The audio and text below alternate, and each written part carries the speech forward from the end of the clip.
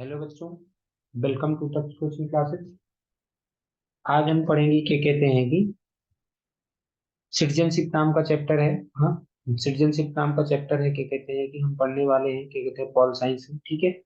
और क्या कहते हैं कि जैसे कि हमने पिछले वीडियो में क्या कहते हैं कि सेकुलरिज्म का चैप्टर खत्म कर दिया था, राइट्स के चैप्टर खत्म कर दिए थे, ठीक है। तो अभी हम चैप्टर नंबर 6 सिटीजनशिप पढ़ेंगे, ठीक है। आज का हमारा टॉपिक जो है उसमें क्या है, चैप्टर नंबर 6 सिटीजनशिप, ओके। तो यहाँ पे देखिए समझते हैं क्या है क्या नहीं सिटीजनशिप। और सबसे बड़ी बात यहाँ पे हमें ये समझने की बात है कि हम एकदम क्या कहते हैं कि बेसिक्स और साथ में क्वेश्चंस को भी लेकर के चलेंगे। बेसिक्स के साथ साथ में क्वेश्चंस को भी लेकर के चलेंगे। सबसे पहला जो टॉपिक है हमारा, जैसे कि हम समझेंगे सिटीजनशिप क्या होता है क्या नहीं होता है। तो पहले इसमें हम देख लेते हैं कि हमारा इसमें इस चैप्टर का सिलेबस क्या क्या है। इस चैप्टर का सिलेबस ये है, व्हाट सिटीजनशिप।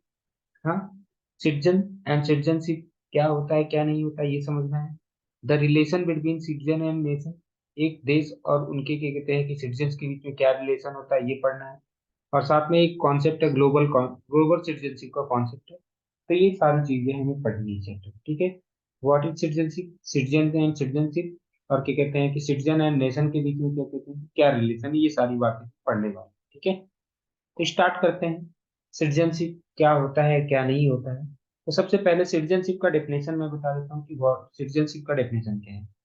तो इस क्वेश्चन का आंसर ये है कि इस क्वेश्चन का आंसर क्या है कि सिटीजनशिप होता क्या है। देखिए, तो ये फुल एंड ना full and equal membership,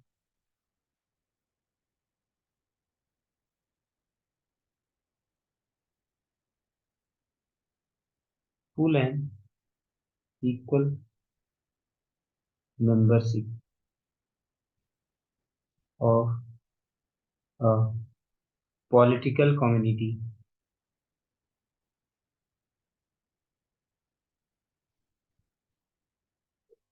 without any discrimination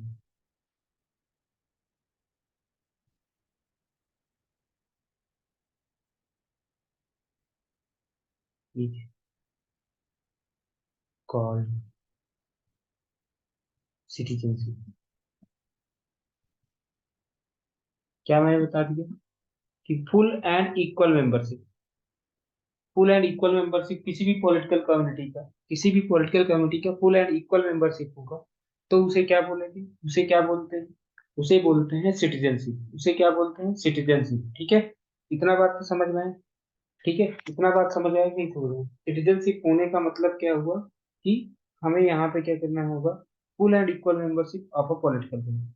दूसरा चीज यहाँ पे ध्यान में रखना, दूसरा पॉइंट, ये तो पहला पॉइंट हो गया। दूसरा पॉइंट, स्टेट्स क्या होती हैं कि प्रोवाइड करती हैं आपको पॉलिटिकल आइडेंटिटी। पॉलिटिकल आइडेंटिटी आपको कौन प्रोवाइड करता है, स्टेट्स। स्टेट्स मतलब गवर्नमेंट एक प्रकार से, states provide a political identity. आपको एक पॉलिटिकल आइडेंटिटी मिलती है, पहचान मिलती है कि भैया हम क्या है, इंडियंस हैं, हम जैपनीज हैं। हाँ, ऐसे एक पॉलिटिकल आइडेंटिटी मिलती है ना। तो उसी को states provide a political identity to their members. जैसे हम लोग क्या कहते हैं किसके मेंबर्स हैं, हम लोग इंडिया के मेंबर्स हैं। तो जितने भी उनके किसी भी देश के जो मेंबर्स होते हैं उनको स्टेट्स क्या प्रोवाइड करती है, पॉलिटिकल आइडेंटिटी, एक पॉलिटिकल आइडेंटिटी है ना। और साथ में ही सिटीजन होने का एक फायदा होता है कि हमें कुछ ना कुछ राइट्स मिल जाते हैं। हाँ, हमें कुछ ना कुछ क्या होती है कि राइट्स मिल जाती है। तो वही यहाँ पे लिखा हुआ है कि जब हम बात करते हैं सिटीजनशिप की, तो यहाँ पे कि states provide political identity, states हमें पॉलिटिकल आइडेंटिटी तो प्रोवाइड करती ही करती है, यानी कि अपने मेंबर्स को वो पॉलिटिकल आइडेंटिटी प्रोवाइड करती ही करती है। लेकिन उसके साथ साथ में वो हमें कुछ बेसिक राइट्स भी देती है। उसके साथ साथ में हमें वो कुछ बेसिक राइट्स देती है, ठीक है। कुछ हमें वो बेसिक राइट्स भी देती है। इतना बात तो समझ में आ गया। अब हम और बताते हैं कि देखो, जैसा कि हम बता रहे हैं कि सिटीजन्स को हमेशा देखो, अगर आप किसी भी देश के सिटीजन्स हो तो आपको कुछ ना कुछ बेसिक राइट्स मिलते हैं जो बाकी लोगों को नहीं मिलते, जो बाकी देश में मतलब कि बाकी लोगों को नहीं मिलते। अगर आप अपना किसी भी देश के मेंबर हो तो देश के मेंबर्स को क्या कहते हैं कि जो देश के नागरिक होते हैं या सिटीजन्स होते हैं उनको कुछ ना कुछ राइट्स मिलते हैं। तो वही यहाँ पे, तो वही citizens expect certain rights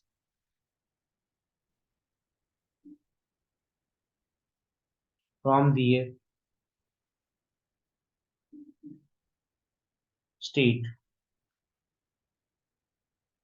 as well as help and protection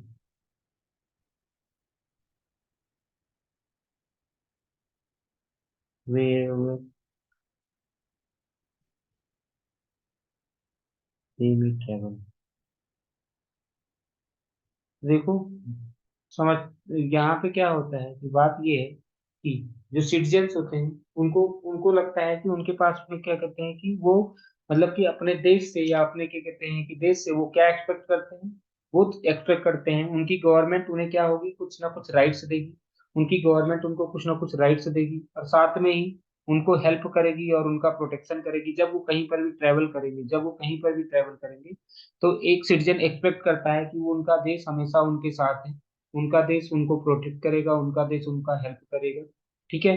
उनको ये लगता है कि उनकी सरकार जो है उनकी सहायता करेगी, कि अगर वो कहीं पर भी जाते हैं कहीं पर भी उनको प्रोटेक्ट करेगी। तो ये सारी बातें होती हैं। तो सिटीजनशिप में क्या होता है क्या नहीं समझ आ गई।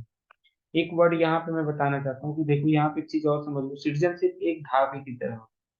हाँ, सिटीजनशिप क्या होता है, एक धागे की तरह होता है जो हमारे देश के सभी मेंबर्स को जोड़ करके रखता है। सिटीजनशिप एक धागे की तरह होता है जो हमारे सभी देश के मेंबर्स को क्या करता है कि जोड़ करके रखता है। हमारे देश के सभी मेंबर्स को क्या करता है, जोड़ के रखता है। ठीक है। तो सिटीजनशिप क्या है, citizenship is the common thread.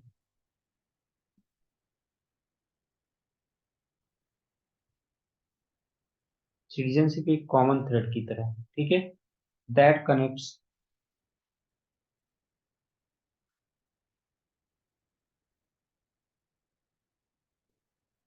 All the members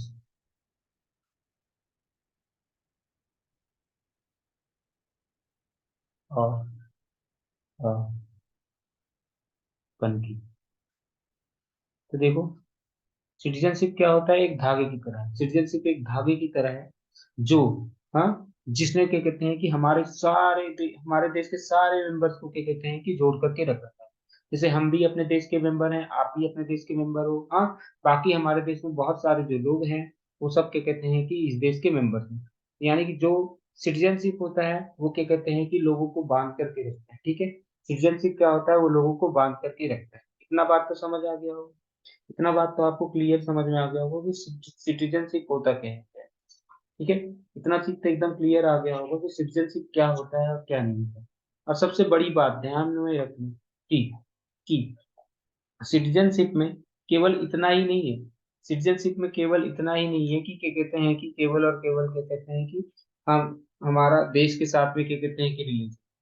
हाँ, सिटीजनशिप केवल और केवल इतना ही नहीं है कि वो क्या कहते हैं कि इतना ही बताया कि सिटीजन, अब यहाँ तक तो बात आपको समझ में आ चुकी है कि सिटीजनशिप क्या है क्या नहीं है। ये सारी बातें मैंने आपको बता दी। ठीक है। यहाँ तक समझ में आ गया है। तो चलो अब आगे हम थोड़ा सा पढ़ते हैं, फिर उसके बाद में फिर आगे बताते हैं कि आगे क्या होता है। तो देखो, सिटीजनशिप क्या होता है यहाँ से समझने की कोशिश करते हैं। सिटीजनशिप स्टार्ट करते हैं चैप्टर में। यहाँ से देखो, introduction. Citizenship has been defined as a full and equal membership of a political community. अब पॉलिटिकल कम्युनिटी का मतलब हो गया कि जैसे इंडिया, पाकिस्तान, नेपाल, ये सब political community. India, Pakistan, Nepal, जब ये जो पॉलिटिकल कम्युनिटी का जब फुल एंड इक्वल मेंबरशिप आपको मिल जाती है। फुल एंड इक्वल मेंबरशिप का मतलब क्या है, फुल एंड इक्वल मेंबरशिप का मतलब ही समझना है यहाँ पे। फुल एंड इक्वल मेंबरशिप, जब हम बात करते हैं फुल एंड इक्वल मेंबरशिप, तो इसका मतलब क्या हुआ कि आप तो इसके पार्ट तो हुई ही हो, लेकिन जितने भी मेंबर्स हैं सब लोग इक्वली हैं।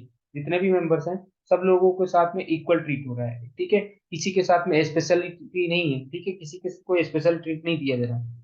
कह रहे हैं कि states provide a collective political identity. देखो, स्टेट क्या होते हैं कि सबको पॉलिटिकल आइडेंटिटी प्रोवाइड करती है। स्टेट क्या होती है कि सबको पॉलिटिकल आइडेंटिटी प्रोवाइड करती है। ठीक है।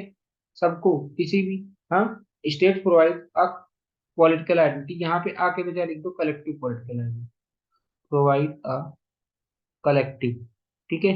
स्टेट कैसी आइडेंटिटी प्रोवाइड करती है? कलेक्टिव पॉलिटिकल आइडेंटिटी प्रोवाइड करती है। मतलब कि जैसे इंडिया, हम इंडियंस हो गए, हाँ, जैसे कोई देश जापान का रहने वाला हो तो जापानीज हो गया, जर्मनी का रहने वाला हो जर्मनीज हो गया, जर्मन्स हो जाएंगे, तो वैसे ही। हाँ, तो ये डिपेंड करता है कि वो कहाँ के रहने वाले हैं, तो उनको एक पॉलिटिकल आइडेंटिटी मिल जाती है, ठीक है। अच्छा, ध्यान रख लेना कि सिटीजन्स को क्या कहते हैं कि कुछ ना कुछ राइट्स होंगे। देखो, सिटीजन्स होने का फायदा कहीं ना कहीं होता है।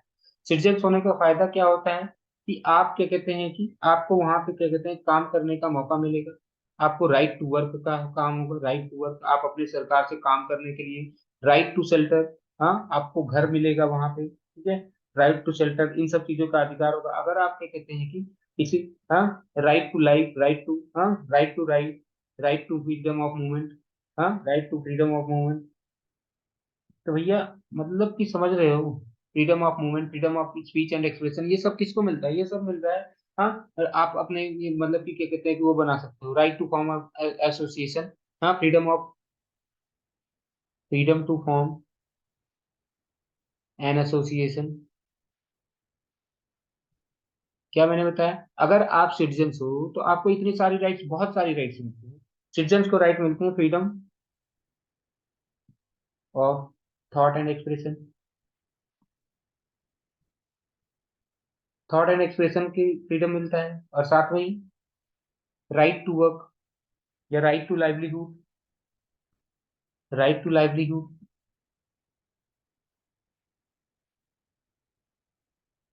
और क्या मिलता है? और क्या मिलता है? मतलब कि लाइफ, राइट टू लाइफ। वैसे तो ये तो हमारे देश में नॉन सिटीजन्स को भी मिलता है, right to life and personal liberty. तो ये सब हमें आज़ादी मिलती है। Freedom to form an association, freedom to form an association, हम कोई भी, हाँ, हम कोई भी क्या कहते हैं कि ग्रुप बना सकते हैं, हाँ। और क्या कहते हैं कि फ्रीडम टू प्रोटेस्ट, हाँ, प्रोटेस्ट करने का फ्रीडम है, या राइट टू प्रोटेस्ट, जिसको बोल दो फ्रीडम टू प्रोटेस्ट या फ्रीडम, ठीक है, फ्रीडम टू प्रोटेस्ट लिख देता हूँ।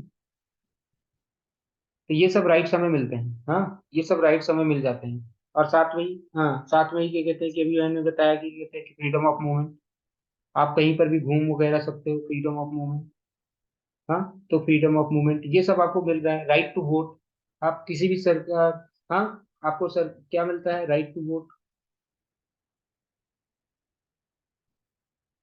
हाँ। आप किसी भी चुनावी, आप क्या कहते हैं कि वहाँ के किसी भी देश में, अगर हमारे देश में क्या कहते हैं कि अगर आप सिटीजन हैं तो आप पीएम भी बन सकते हैं, सीएम भी बन सकते हैं, प्रेसिडेंट भी बन सकते हैं, वाइस प्रेसिडेंट भी बन सकते हैं, हाँ, प्रेसिडेंट भी बन सकते हैं और वाइस प्रेसिडेंट भी बन सकते हैं। लेकिन कब? जब आप इस देश के मेंबर होंगे, इस देश के मेंबर होंगे मतलब आप इस देश के क्या कहते हैं कि सिटीजन होंगे। तो सिटीजन होने के बहुत सारे फायदे हैं। सिटीजन होने के, राइट टू वोट, हाँ, आप किसी भी पॉलिटिकल प्रोसेस में, हाँ, हाँ, right to participate in political process, right to participate in political process, आप उसमें पॉलिटिकल पार्टी, हाँ, पॉलिटिकल प्रोसेसेस में पार्टिसिपेट कर सकते हो, हाँ, मतलब पॉलिटिकल पार्टी बना सकते हो, चुनाव लड़ सकते हो, ठीक है, चुनाव में वोट दे सकते हो। तो ये सब चीजें, ठीक है। तो यहाँ पे समझने वाली बात यह है कि अगर आप क्या कहते हैं कि मेंबर होंगे, अगर आप क्या कहते हैं सिटीजन होंगे, तो आपको कुछ ना कुछ राइट्स मिलेंगे, कुछ ना कुछ राइट्स मिलेंगे। और साथ में ही अगर आप कहीं पर भी जाते हो तो आपको हेल्प हो, हाँ, आप जो भी हेल्प होगा या क्या कहते हैं कि प्रोटेक्शन होगा वो आपको मिल देता है देश, ठीक है। तो यानी कि ये सब फायदे हैं सिटीजन होने के। तो आपको समझ में आ चुका होगा कि what do you mean by citizenship वगैरह, ठीक है। सिटीजनशिप के मैंने 4 पॉइंट्स लिखवा दिए थे, वो आपको समझ में आ चुके होंगे। अब अगर कह रहे हैं कि अगर आपको समझना होगा कि, अब कह रहे हैं कि the importance of full and equal membership, full membership को हम तभी समझ सकते हैं जब जब हम ऐसे लोगों को देखें जिनके पास ऐसा है कि वो एकदम रिफ्यूजीज की तरह काम कर रहे हैं। किसकी तरह काम कर रहे हैं? रिफ्यूजी या इलीगल माइग्रेंट की तरह काम कर रहे हैं। अगर हम देखेंगे रिफ्यूजी या इलीगल माइग्रेंट की तरह काम करने वाले लोगों को अगर हम देखेंगे, तब हमारे समझ में आएगा कि अच्छा एक्चुअल में क्या कहते हैं कि, अच्छा एक्चुअल में क्या कहते हैं कि वो क्या कहते हैं कि, हाँ, कि मेंबरशिप होने का क्या फायदा है, तब हमारे समझ में आ जाएगा। अगर हम रिफ्यूजीज को देखें, तब हमारे समझ में आ जाएगा कि क्या कहते हैं कि, हाँ, तब हमारे समझ में आ जाएगा कि क्या कहते हैं कि एक्चुअल में इक्वल मेंबरशिप का फायदा क्या है, एक्चुअल में इक्वल मेंबरशिप या मेंबरशिप का फायदा क्या है क्या नहीं है, ये समझना पड़ेगा। तो सबसे पहले हमें समझना पड़ेगा कि ये रिफ्यूजी कौन होते हैं, ठीक है। रिफ्यूजी कौन से लोग होते हैं, तो ये समझना चाहिए कि रिफ्यूजी का मतलब क्या होता है। ये ऐसे लोग होते हैं, ये ऐसे लोग होते हैं जो क्या कहते हैं कि ना तो अपने देश में जा सकते हैं, ना तो वो अपने देश में जा सकते हैं, और साथ में ही क्या कहते हैं कि हाँ, ना तो वो अपने देश में जा सकते हैं, ठीक है, ना तो वो अपने देश में जा सकते हैं, और ना तो क्या कहते हैं कि उनको उनको किसी भी देश के पास की मेंबरशिप है, ना तो उनके पास किसी भी देश की मेंबरशिप है। तो इन्हें क्या बोला जाता है, रिफ्यूजीज बोला जाता है। इन्हें क्या बोला जाता है, रिफ्यूजीज। तो देखो रिफ्यूजीज का डेफिनेशन आप देख लीजिए, due to replacement, due to displacement people, ये है definition of refugee. Due to displacement people who can neither return home और नॉर, हाँ, any country is ready to accept them. यानी कि डिस्प्लेसमेंट की वजह से, डिस्प्लेसमेंट की वजह से, तो आपसे अगर मान लो पूछा गया डिफाइन रिफ्यूजी, तो आप इसमें लिख सकते हैं ऐसे, डिफाइन रिफ्यूजी। तो देखो रिफ्यूजी कौन थे, ठीक है। तो रिफ्यूजी कौन से लोग हैं, तो रिफ्यूजी कौन से लोग हैं, तो यहाँ पे आप ये पूरा का पूरा लिख सकते हैं। ये चीजें जो कि कहते हैं कि अभी हमने बताई, ये पूरा का पूरा आप लिख सकते हो, ठीक है। यहाँ से ये चीज क्या कहते हैं कि ड्यू टू डिस्प्लेसमेंट, हाँ, due to displacement people who can neither return home nor any country, ना तो वो अपने घर जा सकते हैं, ना तो किसी कंट्री में जा सकते हैं, ना तो वो अपने घर जा सकते हैं, ना ही वो किसी कंट्री में जा सकते हैं, ठीक है, ठीक है। तो इसी को बोल देते हैं रिफ्यूजी, ठीक है। इसका आंसर देख लीजिए, इसका आंसर ये है, रिफ्यूजी का आंसर क्या है कि ड्यू टू डिस्प्लेसमेंट, डिस्प्लेसमेंट की वजह से people who can neither return home, ना तो वो अपने घर वापस जा पाए डिस्प्लेसमेंट की वजह से, ना तो वो अपने घर वापस जा पाए, ना अपने तो देश वापस जा पाए, और any country is ready to, ना तो उनको कोई भी कंट्री, ना तो कोई भी कंट्री उनको एक्सेप्ट करने के लिए राजी है कि ये मेरे देश के मेंबर्स हैं, ठीक है। जब उनको कोई भी देश नहीं राजी करता, तो यानी कि दे आर नोन स्टेटलेस, यानी कि इनका कोई देश नहीं है, यानी कि इनका कोई रिफ्यूजी नहीं है। और सबसे सबसे बड़ी बात क्या है कि अगर आपके पास में कोई सिटीजनशिप नहीं है, अगर सोचो कि आपके पास सिटीजनशिप नहीं है, किसी भी देश की सिटीजनशिप नहीं है, तो इसका मतलब क्या हो, सिटीजनशिप अगर आपके पास में किसी भी देश का नहीं है, इसका मतलब क्या हो, मैंने बोला नो सिटीजनशिप, हाँ, citizenship of any country, no citizenship of any country, इसका मतलब क्या हुआ, इसका मतलब क्या हुआ कि आप किसी भी देश के मेंबर नहीं हो, किसी भी देश के मेंबर नहीं हो, इसका मतलब क्या हुआ, हाँ, इसका मतलब क्या हुआ कि आप स्टेटलेस हो, इसका मतलब आपके पास में कोई देश नहीं है। सोचो जब आपके पास में कोई देश नहीं है, तो आपको कोई भी कहीं पर भी जाने नहीं देगा, हाँ, किसी भी देश में आप जा नहीं सकते हो, किसी भी देश में बाहर भी नहीं जा सकते। अगर आपके पास में किसी भी देश की नागरिकता नहीं है, किसी भी देश की सिटीजनशिप नहीं है, तो आप किसी दूसरे देश मूव ही नहीं कर सकते। क्यों? क्योंकि वीजा के लिए, पासपोर्ट के लिए आपको ये तो बताना पड़ेगा कि आप कहाँ के हो, ठीक है। अगर आपको किसी देश से वीजा या पासपोर्ट बनवाना होगा, तो सबसे पहले बताना पड़ेगा ना कि आप किस देश के मेंबर हो, किस देश के मेंबर नहीं हो। तो इस वजह से क्या कहते हैं कि, तो हमें ये समझने की जरूरत थी कि रिफ्यूजीज क्या होते हैं। तो वही यहाँ पे बताया हुआ है कि हमारे इस बुक में कि भैया, अगर हमें ये समझना है, अगर हमें ये समझना है कि एक्चुअल में इसका मतलब क्या हुआ, फुल एंड इक्वल मेंबरशिप का मतलब क्या हुआ, तो हमें ये समझना पड़ेगा बहुत सारे ऐसे वर्कर्स होते हैं, बहुत सारे ऐसे लोग होते हैं या इलीगल माइग्रेंट्स होते हैं, जो जो जिनको क्या कहते हैं, कोई भी स्टेट अभी भी एक्सेप्ट करने को राजी नहीं है कि वो उनके मेंबर्स हैं, कोई भी। तो अगर ऐसे जो लोग होते हैं, हाँ, जो किसी भी देश के मेंबर नहीं है, उनको कैसे काम करना पड़ता है, जो किसी भी देश के मेंबर नहीं है, उनको क्या कहते हैं कि डर डर के रहना पड़ेगा, उनके पास कोई भी क्या कहते हैं प्रोटेक्शन नहीं होगा, हाँ, उनको कोई भी जॉब नहीं मिल सकती, ठीक है। अगर वो जो भी जॉब मिलेगी वो इलीगल होगी, लीगल जॉब नहीं मिल सकती, ठीक है। जो कहीं के मेंबर नहीं होंगे, उनको क्या कहते हैं कि इलीगल जॉब मिलेगी, लीगल जॉब मिल ही नहीं सकती उनको। अगर जहां पर भी रहेंगे लोग उनको सताएंगे वगैरह, मतलब कि ये सारी चीज समझने वाली बात है, ठीक है। अब हम बात करते हैं मिडिल ईस्ट में कहते हैं एक है कंट्री, पैलेस्टीनियन, ठीक है। As we see today with Palestinian refugee, Palestinian refugee है मिडिल ईस्ट में, मिडिल ईस्ट में पैलेस्टीनियन रिफ्यूजी है। याद करो मैंने बताया था इजराइल के पास पैलेस्टीन है।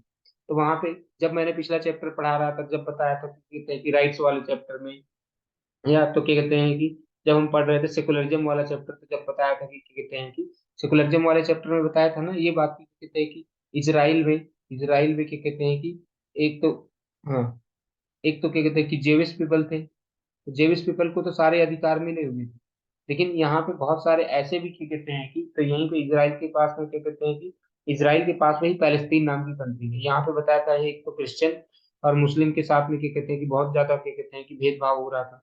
ये सब बताया था, क्रिश्चियन और मुस्लिम के साथ में क्या होता था, बहुत ज्यादा भेदभाव हो रहा था।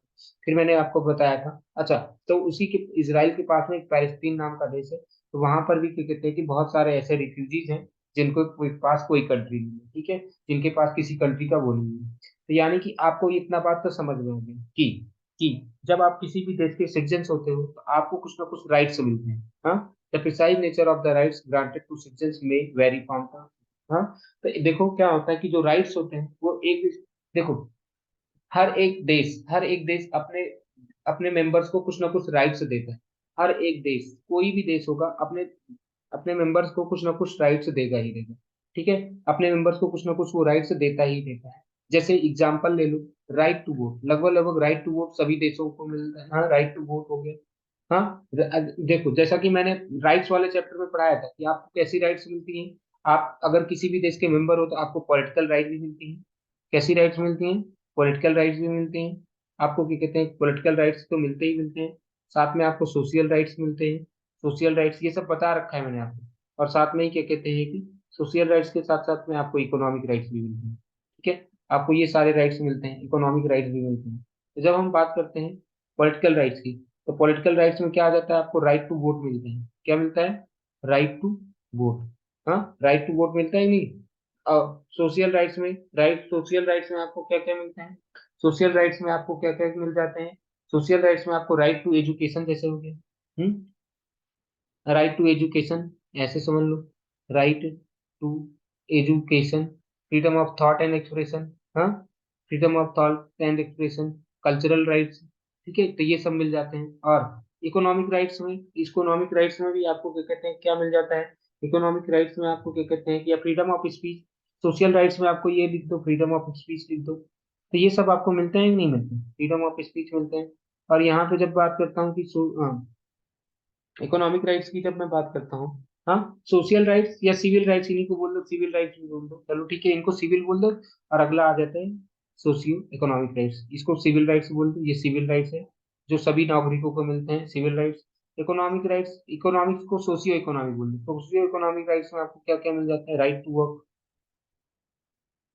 हाँ, राइट टू वर्क, हाँ, right to a minimum wage, यानी कि आप काम करोगे तो आपको एक मिनिमम वेज मिलना चाहिए, ठीक है, ठीक है।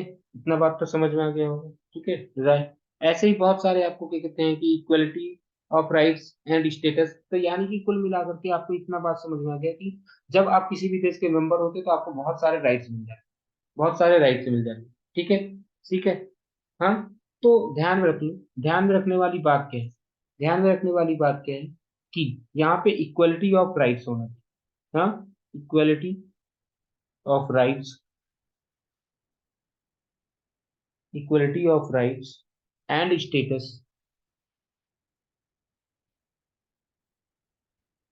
जो सिटीजनशिप होता है वो इन चीजों पे फोकस करता है, equality of rights and status, ठीक है, ठीक है।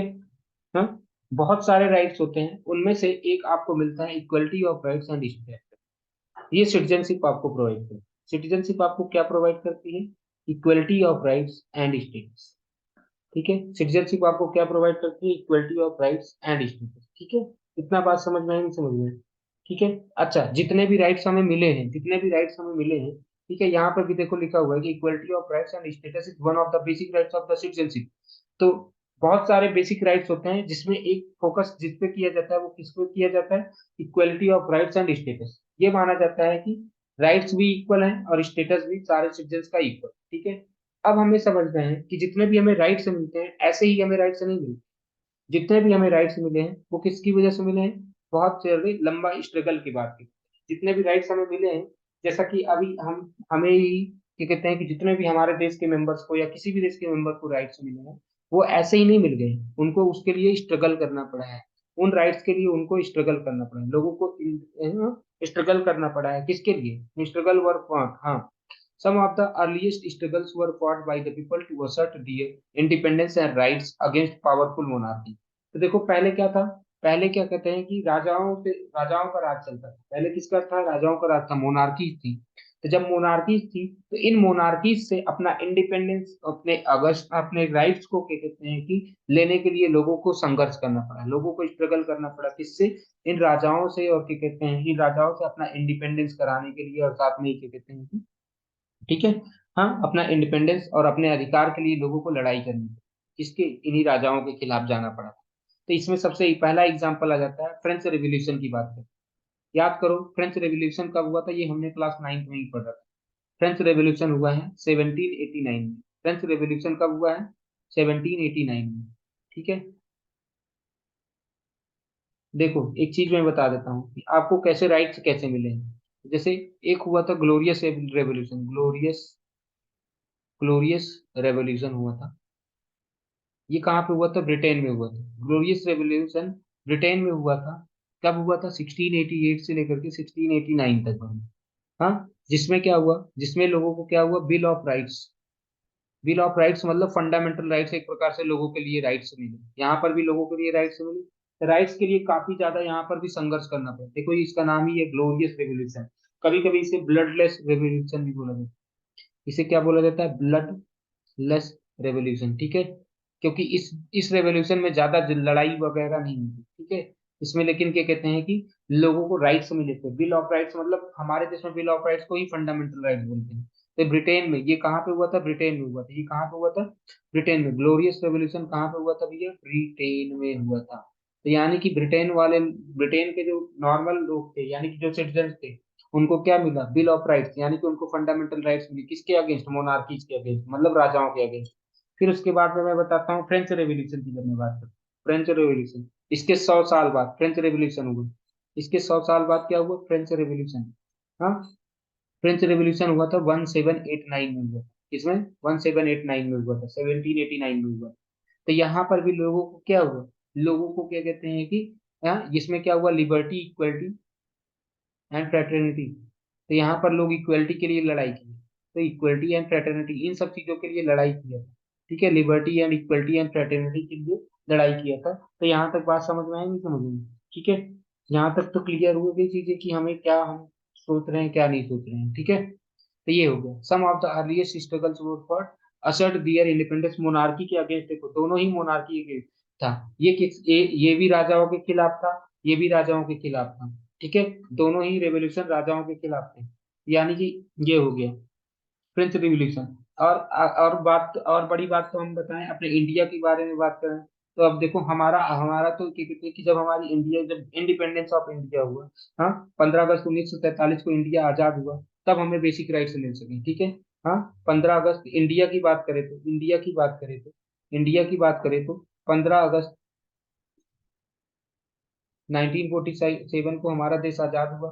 फिर उसके बाद में जब हमारे यहाँ कॉन्स्टिट्यूशन बना 26 मतलब कॉन्स्टिट्यूशन जब से लागू हुआ 26 जनवरी 1950, हाँ, जब लागू हुआ उसके बाद से हमें बेसिक राइट्स मिलना शुरू हुआ। उसके बाद से हमें बेसिक राइट्स मिलना शुरू हुआ। तो यानी कि हमें भी अपने बेसिक राइट्स को पाने के लिए बहुत ज्यादा स्ट्रगल करना पड़ा है। ठीक है। क्योंकि यहाँ पे देखो in the colonies of the Asia and Africa, हाँ, एशिया एंड अफ्रीका की जितनी भी कॉलोनीज थी, कॉलोनीज का मतलब आपको पता ही होगा कि जब एक देश दूसरे देश के ऊपर राज कर रहा होता है तो उसे कॉलोनीज कहते हैं। एक देश दूसरे देश के ऊपर राज कर रहा होता है तो उसे क्या कहते हैं? कॉलोनीज कहते हैं। तो the colonies of Asia and Africa, देखो एशिया अफ्रीका, जो ये ब्रिटिश थे, ब्रिटिश क्या, यूरोपियंस जो थे, इन्होंने अपनी कॉलोनीज बना रखी थी बहुत सारे, एशिया में, अफ्रीका में। ठीक है। Demands of the equal membership, equal citizenship form part of their struggle for independence from colonial ruler. जब लोग कॉलोनियल रूलर से, मतलब कि क्या कहते हैं कि जब लोग आजाद होना चाहते थे, जब लोग क्या कहते हैं किससे? कॉलोनियल, मतलब जैसे हमारे यहाँ ब्रिटिशर्स थे, वैसे ही बहुत जगह पे ऐसे ऐसे कॉलोनियल रूलर, जब लोग कॉलोनियल रूलर से आजाद होना चाहते थे तो क्या डिमांड करते थे? वो डिमांड करते थे इक्वल, वो डिमांड करते थे इक्वल, उनका डिमांड था equal, they demanded equal citizenship. वो चाहते थे कि सबको इक्वल सिटीजनशिप मिले। यानी कि जब लोगों का इंडिपेंडेंस स्ट्रगल चल रहा था, तब भी उसके साथ में ये भी चल रहा था कि सबको इक्वल सिटीजनशिप मिले, सब लोग इक्वल सिटीजनशिप हो। ठीक है।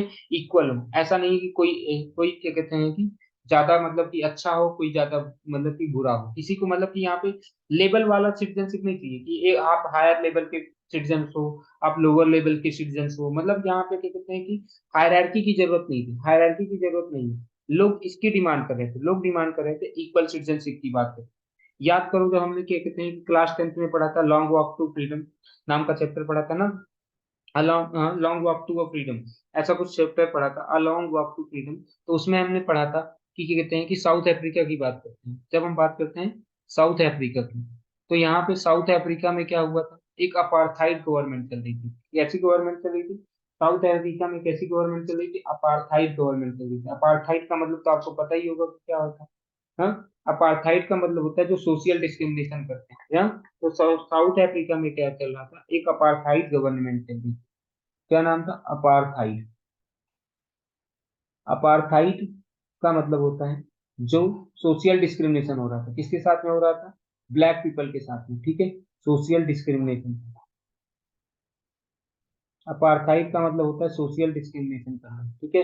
अब देखो क्या होता था, सोशल डिस्क्रिमिनेशन कैसे किया जाता था, अभी इसको हम समझते हैं। ये कहानी यहाँ पे लिखी हुई है, इस बॉक्स में लिखी हुई है, देखना क्या होता है क्या नहीं।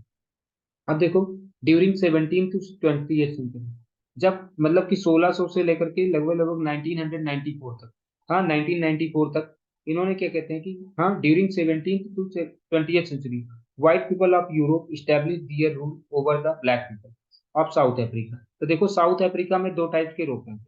हाँ, रहते तो तीन टाइप के लोग थे, लेकिन सीधा सीधा अगर मैं मोटे तौर पे बताऊं तो दो टाइप के लोग रहते थे। एक रहते थे ब्लैक पीपल, जो वहां के पहले से रहने वाले लोग। हाँ, ये जो ब्लैक पीपल जो थे, ये वहां पहले से रहने वाले लोग, ठीक है। हाँ, साउथ अफ्रीका में पहले से रहने वाले लोग जो थे वो ब्लैक पीपल। और जो आए थे वो यूरोपियंस। हाँ, ये वहाँ के नेटिव्स थे। नेटिव्स मतलब वहीं के रहने वाले लोग थे, वहाँ के नेटिव्स थे। और ये वाइट पीपल जो थे, व्हाइट पीपल जो थे, ये क्या कहते हैं कि ये क्या कहते हैं, यूरोपियंस थे। ये कहाँ से थे, यूरोपियंस थे, ये जो आए थे। अब देखो क्या हुआ कि ये यहाँ पे आए, और फिर क्या कहते हैं कि इन्होंने 17 से लेकर के 20th सेंचुरी तक भर में, 17 से 20th सेंचुरी तक भर में इन्होंने इनके ऊपर रूल करना शुरू कर दिया, व्हाइट पीपल ने। हाँ, रूल करना शुरू कर दिया, किसके ऊपर, रूल करना शुरू कर दिया ब्लैक पीपल के ऊपर। व्हाइट पीपल ने क्या कहते हैं कि रूल करना शुरू कर दिया ब्लैक पीपल के ऊपर, ठीक है। ब्लैक पीपल के ऊपर रूल करना शुरू कर दिया। और साथ में इनके साथ में डिस्क्रिमिनेशन भी करने लगे, साथ में इनके साथ में क्या हुआ, डिस्क्रिमिनेशन भी करने लगे। अभी आपको समझ में आ जाएगा कि इक्वल मेंबरशिप होने का क्या फायदा होता है। तो देखो यहाँ पे देखो कौन कौन से पॉलिसीज चल रही थी, जो गवर्नमेंट की जो पॉलिसी कैसी थी, वो कैसे चल रही थी, ठीक है। गवर्नमेंट की पॉलिसी कैसे चल रही थी यहाँ पे साउथ अफ्रीका में, ये समझना है। देखो, जितने भी व्हाइट्स थे, व्हाइट्स के पास में क्या था, राइट टू वोट था। व्हाइट्स के पास में क्या था, राइट टू वोट था, लेकिन ब्लैक के पास में राइट टू वोट नहीं था। हाँ, ठीक है। व्हाइट्स के पास में राइट टू वोट था, लेकिन ब्लैक के पास में, जो ब्लैक पीपल थे उनके पास में राइट टू वोट नहीं था। हाँ, और जो व्हाइट थे वो कंटेस्ट कर सकते थे इलेक्शंस को, इलेक्शंस में वो कंटेस्ट कर सकते थे, जबकि ब्लैक पीपल इलेक्शन में कंटेस्ट नहीं कर सकते, जबकि ब्लैक पीपल इलेक्शन में कंटेस्ट नहीं कर सकते थे। हाँ, और क्या कहते हैं कि व्हाइट पीपल गवर्नमेंट को इलेक्ट कर सकते थे, जबकि ब्लैक पीपल ऐसा नहीं कर सकते। अच्छा, ये कहीं पर भी प्रॉपर्टी को खरीद सकते थे, जो व्हाइट पीपल थे वो कहीं पर भी प्रॉपर्टी को खरीद सकते थे, कि कंट्री के किसी भी कोने में जा सकते थे। बट ब्लैक्स ऐसा नहीं कर सकते थे। ब्लैक के पास में ना तो राइट टू वोट था, ना तो उनको इलेक्शन लड़ने का अधिकार था, ना तो उनको प्राइवेट प्रॉपर्टी खरीदने का अधिकार था, ना तो उनको कहीं घूमने की आजादी थी। तो देख रहे हो, तो कहीं ना कहीं आपको अब पता चल रहा होगा कि इक्वल सिटीजनशिप का मतलब एक्चुअल में क्या है। क्या यहाँ पे आपको इक्वल सिटीजनशिप दिखाई दे रहा है क्या, नहीं ना।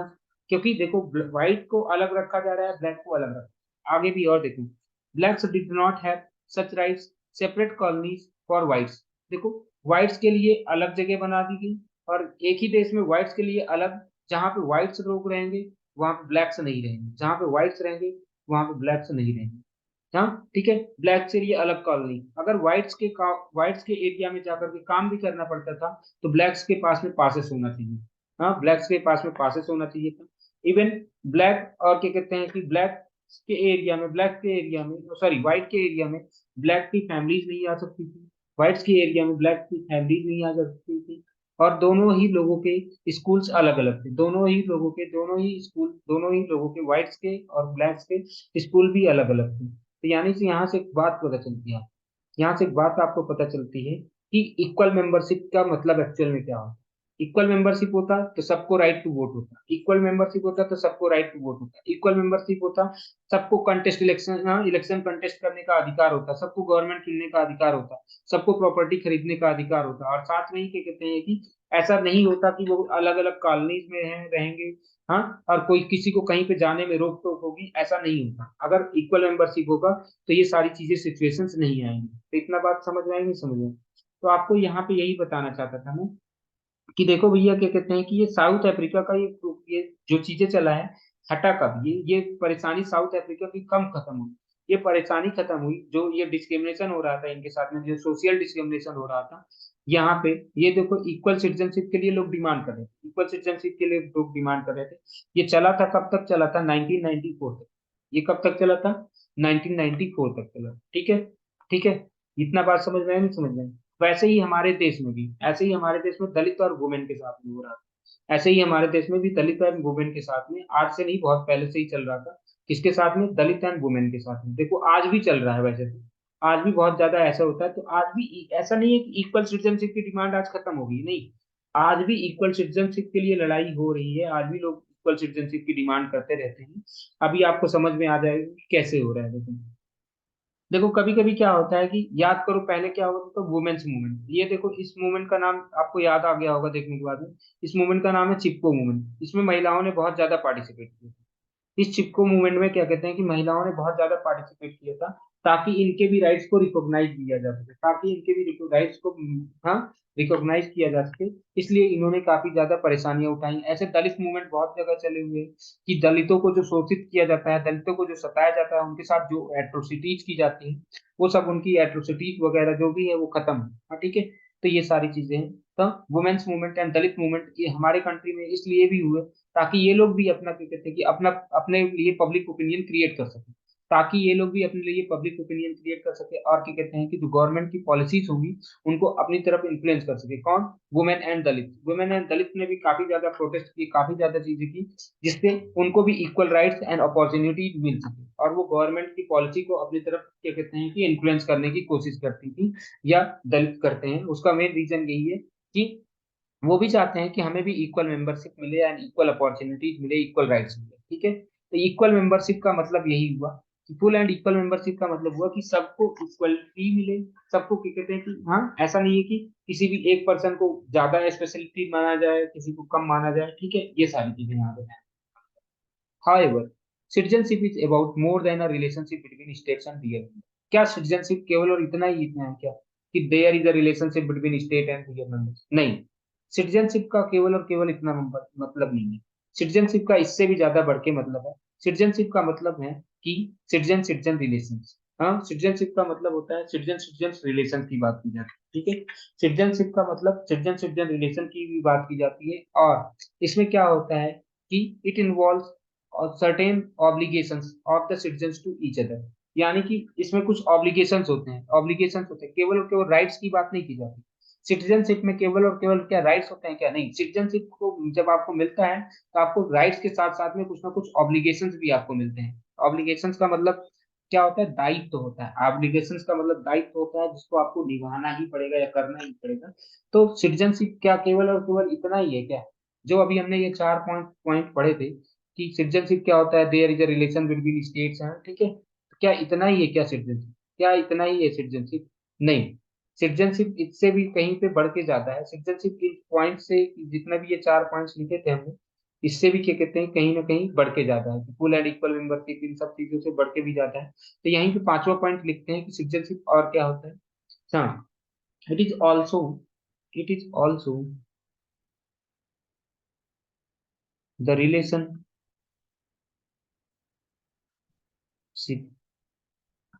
between citizen and citizen।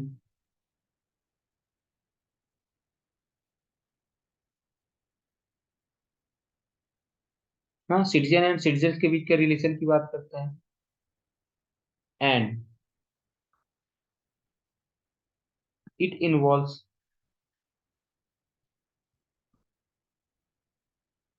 The certain obligations of citizens, certain obligations of citizens to each other and to the society.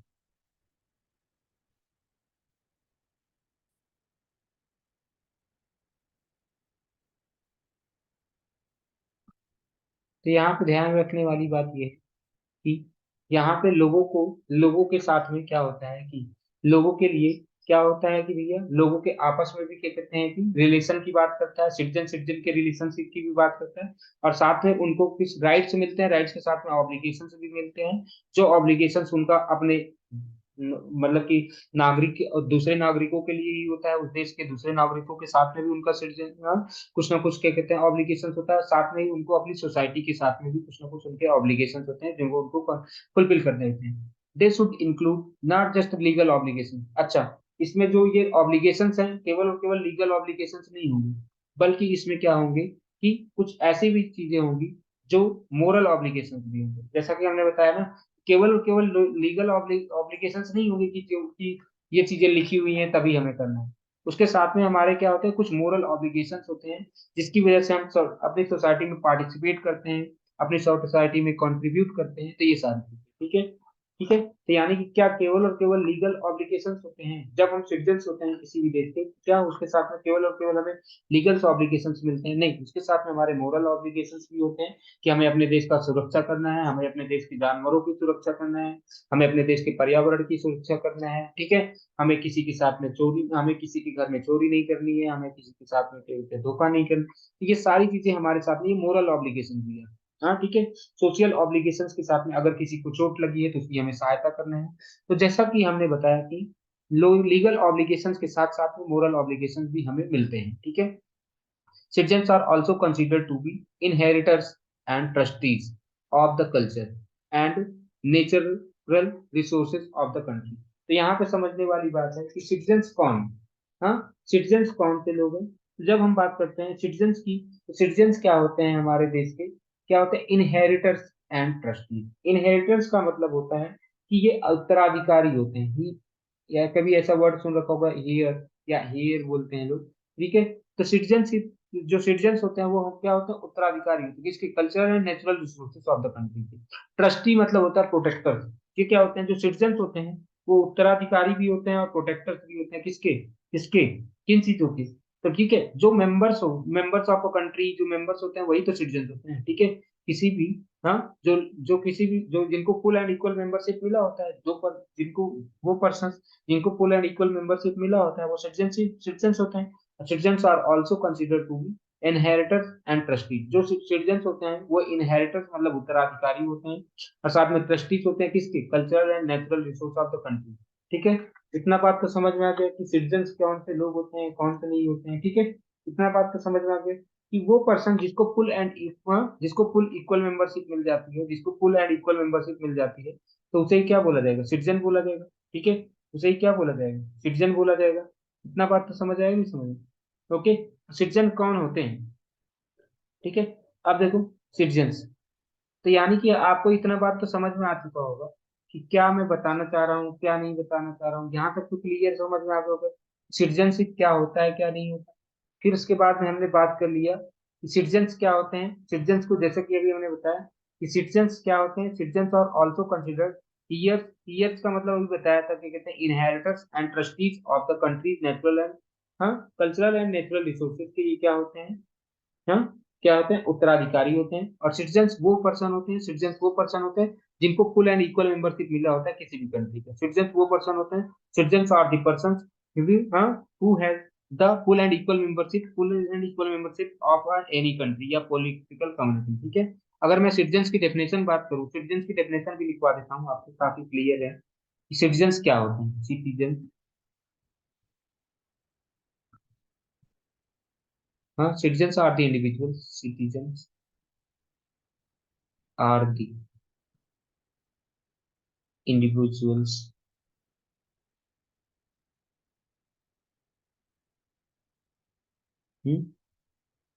who has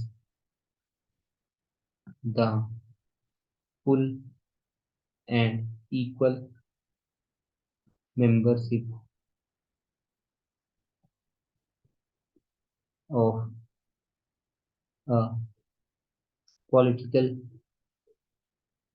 community, किसी भी पॉलिटिकल कम्युनिटी के जिनको फुल एंड इक्वल मेंबरशिप मिला होता है उन्हें क्या बोला जाता है, सिटीजन्स बोला जाता है। दूसरा चीज, सिटीजन्स और क्या होते हैं, जैसा कि अभी हमने बताया था, citizens are the inheritors. Inheritors का मतलब होता है उत्तराधिकारी। इनहेरिटर्स एंड एंड इनहेरिटर्स के साथ साथ में क्या होते हैं कि inheritors and trustees of trustees of cultural and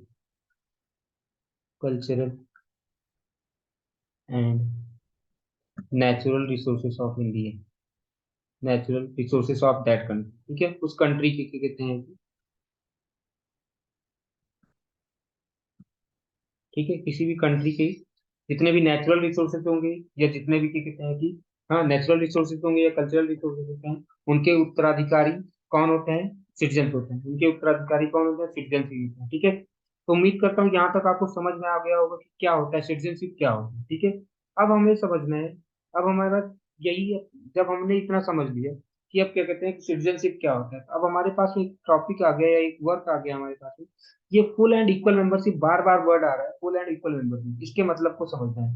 जब हम समझना चाहते हैं कि फुल एंड इक्वल मेंबरशिप क्या होता है, अब हमारे समझने की बात क्या आ रही है कि फुल एंड इक्वल मेंबरशिप क्या होता है, क्या नहीं होता। तो अब यहाँ पे समझने की, इसको समझने के लिए एक एग्जाम्पल से समझ सकते हैं कि फुल एंड इक्वल मेंबरशिप होता क्या है। फुल एंड इक्वल मेंबरशिप को समझने के लिए देखो, यहाँ पे देखो आपको एक बस दिखाई दे रही है, इसको ये बताने की कोशिश किया जा रहा है, याद करो कि देखो क्या होता है कि जब जब क्या होता है कि अगर क्या कहते हैं कि रेल, जब कभी बस में जाओ तो बस में क्या होता है कि लोग पहले क्या कहते हैं कि पहले दो तीन लोग आपस में लड़ रहे होते हैं, दो तीन लोग आपस में लड़ रहे होते हैं कि बस में चढ़ने के लिए। ठीक है, जब वो किसी तरीके से बस में चढ़ जाते हैं, जब वो दो तीन लोग थे वो आपस में किसी तरीके से बस में चढ़ जाते हैं, अभी तक इन्हीं तीनों लोगों के बीच में लड़ाई हो रही है। लेकिन अब जब वो बस के अंदर जा चुके हैं, जब वो बस के अंदर जा चुके हैं, तो अब क्या होगा कि जब कोई बाहर से आ रहा होगा तो ये तीनों अब मिल करके इनका अपोज कर रहे हैं, अब तीनों ये मिल करके इनका अपोज कर रहे हैं। अब ये इनसाइडर्स हो चुके हैं, ये क्या हो चुके हैं, इनसाइडर्स हो चुके हैं। और ये जो बाहर से आ रहे हैं इनको आउटसाइडर्स। ठीक है, ठीक है, तो वही यहाँ पे बताने की कोशिश किया जा रहा है कि जब एक एग्जाम्पल के साथ में यहाँ पे शुरू किया गया है, कह रहे हैं कि जब आप किसी भी बस में चढ़ते हो तो कभी भी कभी क्या होता है कि जो लोग पहले लड़ाई कर रहे होते हैं, जो पहले लोग लड़ाई कर रहे होते हैं, वही लोग बाद में मिल करके फिर जो दूसरे लोग आने वाले होते हैं उनसे लड़ाई करते हैं। उसका रीजन क्या होता है, क्योंकि तुरंत ही क्या होता है, थोड़ी देर में क्या होता है, थोड़ी देर में एक डिवीजन बन जाता है, जिसका मतलब अभी क्या हुआ, मैंने बताया ये तीनों लोग जाने की कोशिश कर रहे थे, तीनों लोग बस पहले से ही भरी हुई थी, बस पहले से ही भरी हुई थी। ठीक है, तो इन तीनों लोग आपस में क्या कहते हैं, लड़ाई कर रहे थे कि कौन जाएगा कौन नहीं जा पाएगा। तो मान लो किसी तरीके से तीनों ही पहुंच गए। जब ये तीनों पहुंच गए, यहाँ तीनों पहुंच गए, अब कोई बहुत और बस आगे बढ़ी। हाँ, ये तीनों पहुंच गए, देखो ये तीनों को मैंने ऐसे छोटे छोटे गोले से बना दिए, ये तीनों पहुंच गए, ये तीनों पहुंच गए। और जब कोई बाहर से आने की कोशिश करेगा, देखो अभी तक तीनों में लड़ाई चल रही, अभी तक तीनों में लड़ाई हुई थी जब ये चढ़ना चाह रहे, लेकिन जब ये अब अंदर आने की कोशिश करेंगे, ये तीनों मिल करके इनका अपोज करेंगे, ये तीनों ही मिल करके क्या करेंगे, इनका अपोज करेंगे। ठीक है, अब ये तीनों ही, और जो पहले से थे वो भी इनका अपोज करेंगे, जो पहले से भी थे वो भी इनका अपोज करेंगे। तो कहीं ना कहीं से देखो, अब ये क्या बन गए, जो अभी तक बाहर से थे वो अंदर आ चुके, तो वो इनसाइडर बन गए।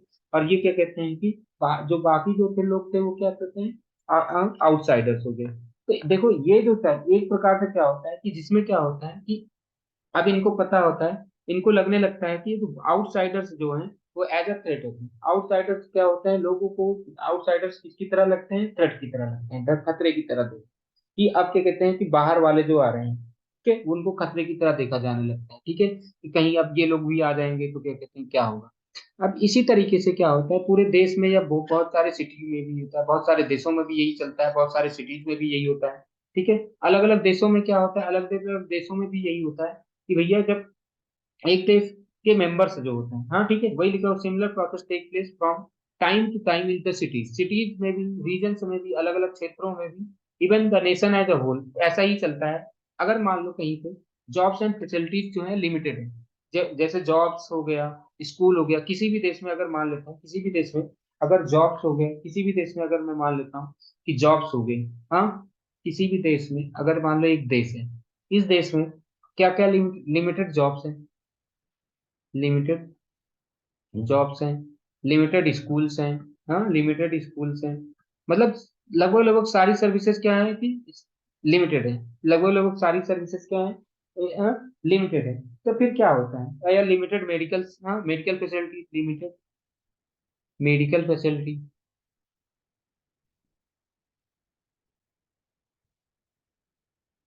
तो फिर क्या होता है, अगर ये सारी चीजें समस्याएं होती हैं, तो फिर इसकी वजह से क्या होता है, इसकी वजह से अगर ये सारी चीजें लिमिटेड है, तो फिर वहां के जो लोग होंगे, जो लोकल लोग होंगे, जो लोकल लोग होंगे, तो वो आउटसाइडर्स को नहीं आने देंगे। वो आउटसाइडर्स कहेंगे कि भैया ये जो लोकल पीपल होंगे, यहाँ के जो उस देश के रहने वाले लोग हैं या उस एरिया के रहने वाले लोग हैं, वो आउटसाइडर को एज अ थ्रेट मानेंगे नहीं। आउटसाइडर को कैसे लेंगे, as a threat.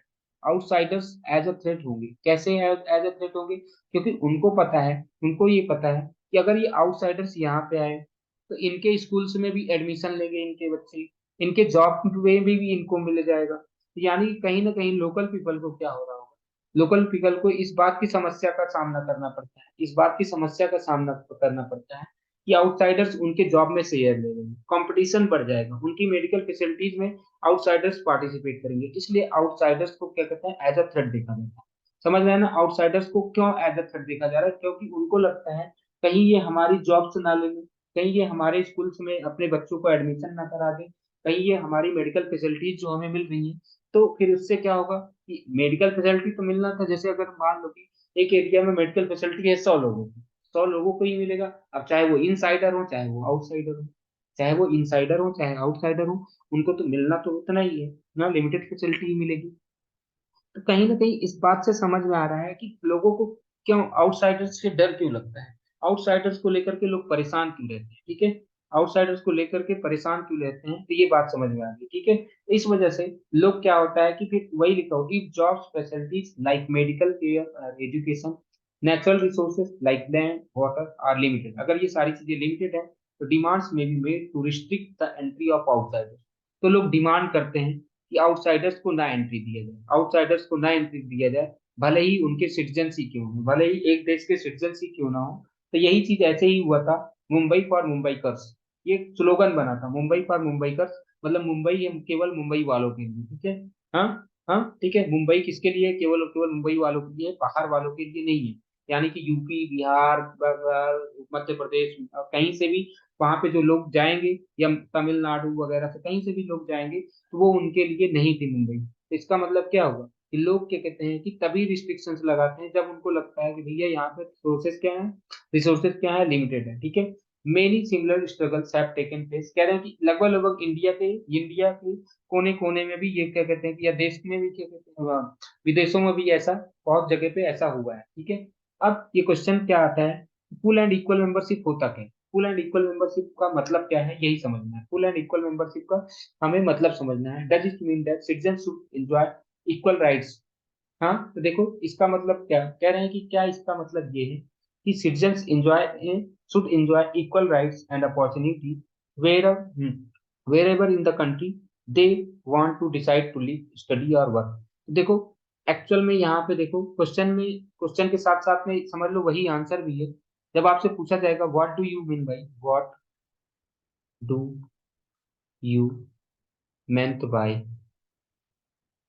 Full and equal membership, तो आपको ये दो पॉइंट लिख देना है, इक्वल मेंबरशिप। भले ही वहां पे वो क्वेश्चन के रूप में लिखा हुआ है, एक्चुअल में वो आंसर ही है तो, कि इक्वल मेंबरशिप क्या होता है, फुल एंड इक्वल मेंबरशिप क्या होता है। तो सबसे पहले यहाँ से समझने वाली बात ये है, जब हम बात करते हैं फुल एंड इक्वल मेंबरशिप की, तो सबसे पहला चीज यहाँ पे आपको लिखना है कि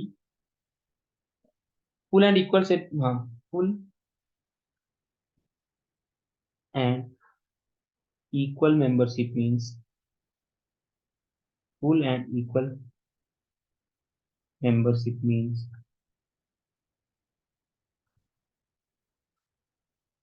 that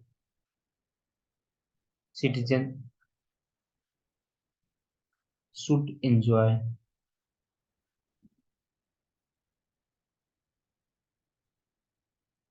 equal rights equal rights and opportunity,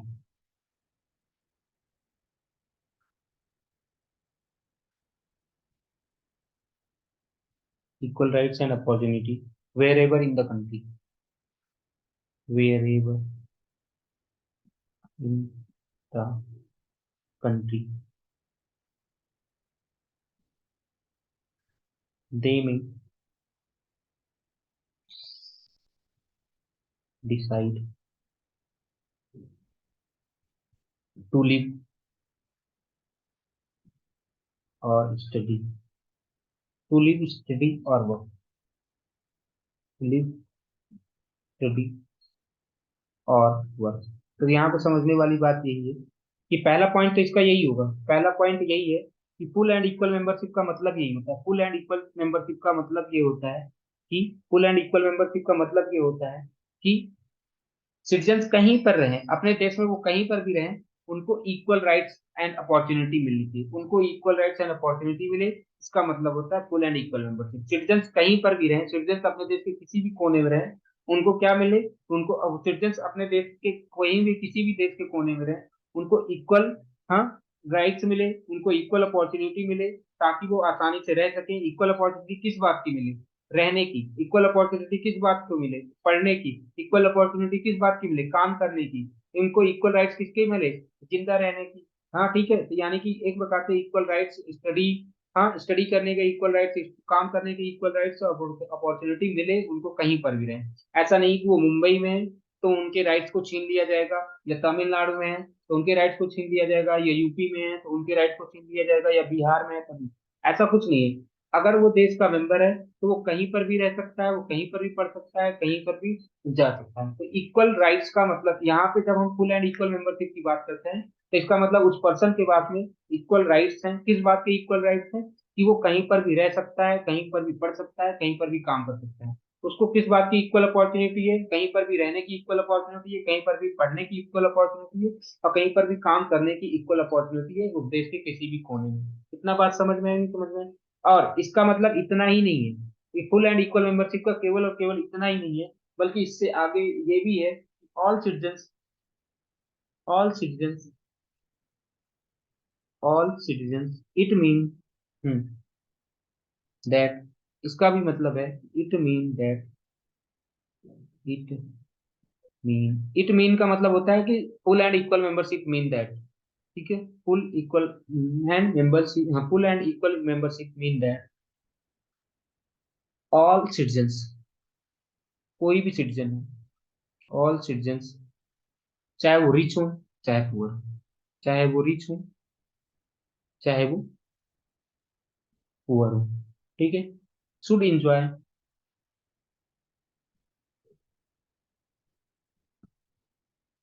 certain basic rights, basic rights and facilities, ठीक है।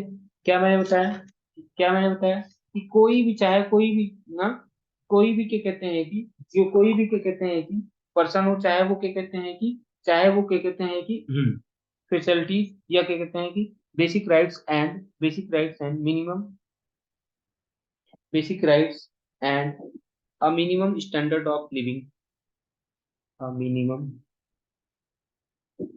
स्टैंडर्ड ऑफ लिविंग,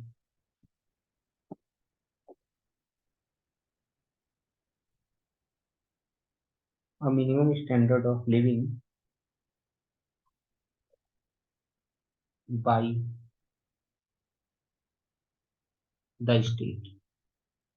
तो देखो, जब आपसे पूछा जाए कि फुल एंड इक्वल मेंबरशिप का मतलब क्या होता है, तो फुल एंड इक्वल मेंबरशिप का मतलब बता दो। फुल एंड इक्वल मेंबरशिप का मतलब होता है सर कि चाहे पर्सन कहीं पर भी रहे, देश के किसी भी कोने में रहे, जहां वो रहना चाहता है वहां रहे, और उसको वहां रहने के बावजूद भी, ऐसा नहीं है कि वहां जब रहेगा तो कैसे रहेगा, वहां रह रहा हो तो उसको देश के किसी भी कोने में रहने की आजादी, हाँ, उसको किसी भी देश में रह के कोने में रहने का अधिकार हो, हाँ, और सबका इक्वली हो। ऐसा नहीं है कि कोई ज्यादा, किसी को ज्यादा अच्छे तरीके से रहने का अधिकार हो, किसी को बुरे तरीके से रहने का अधिकार हो, नहीं।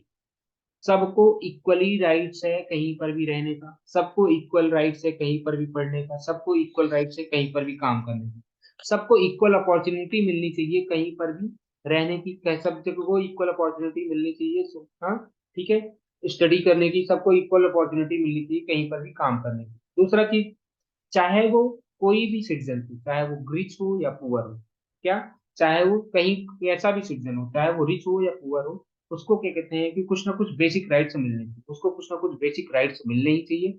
और साथ में ही कुछ लिविंग फैसिलिटी, जो मिनिमम स्टैंडर्ड ऑफ लिविंग, मतलब कि एक थोड़ा सा क्या कहते हैं कि लिविंग रहने की, जिंदा रहने की जो फैसिलिटी है, यानी कि उसको जीवन यापन करने की जो मिनिमम फैसिलिटी है, वो भी प्रोवाइड होनी चाहिए स्टेट के द्वारा।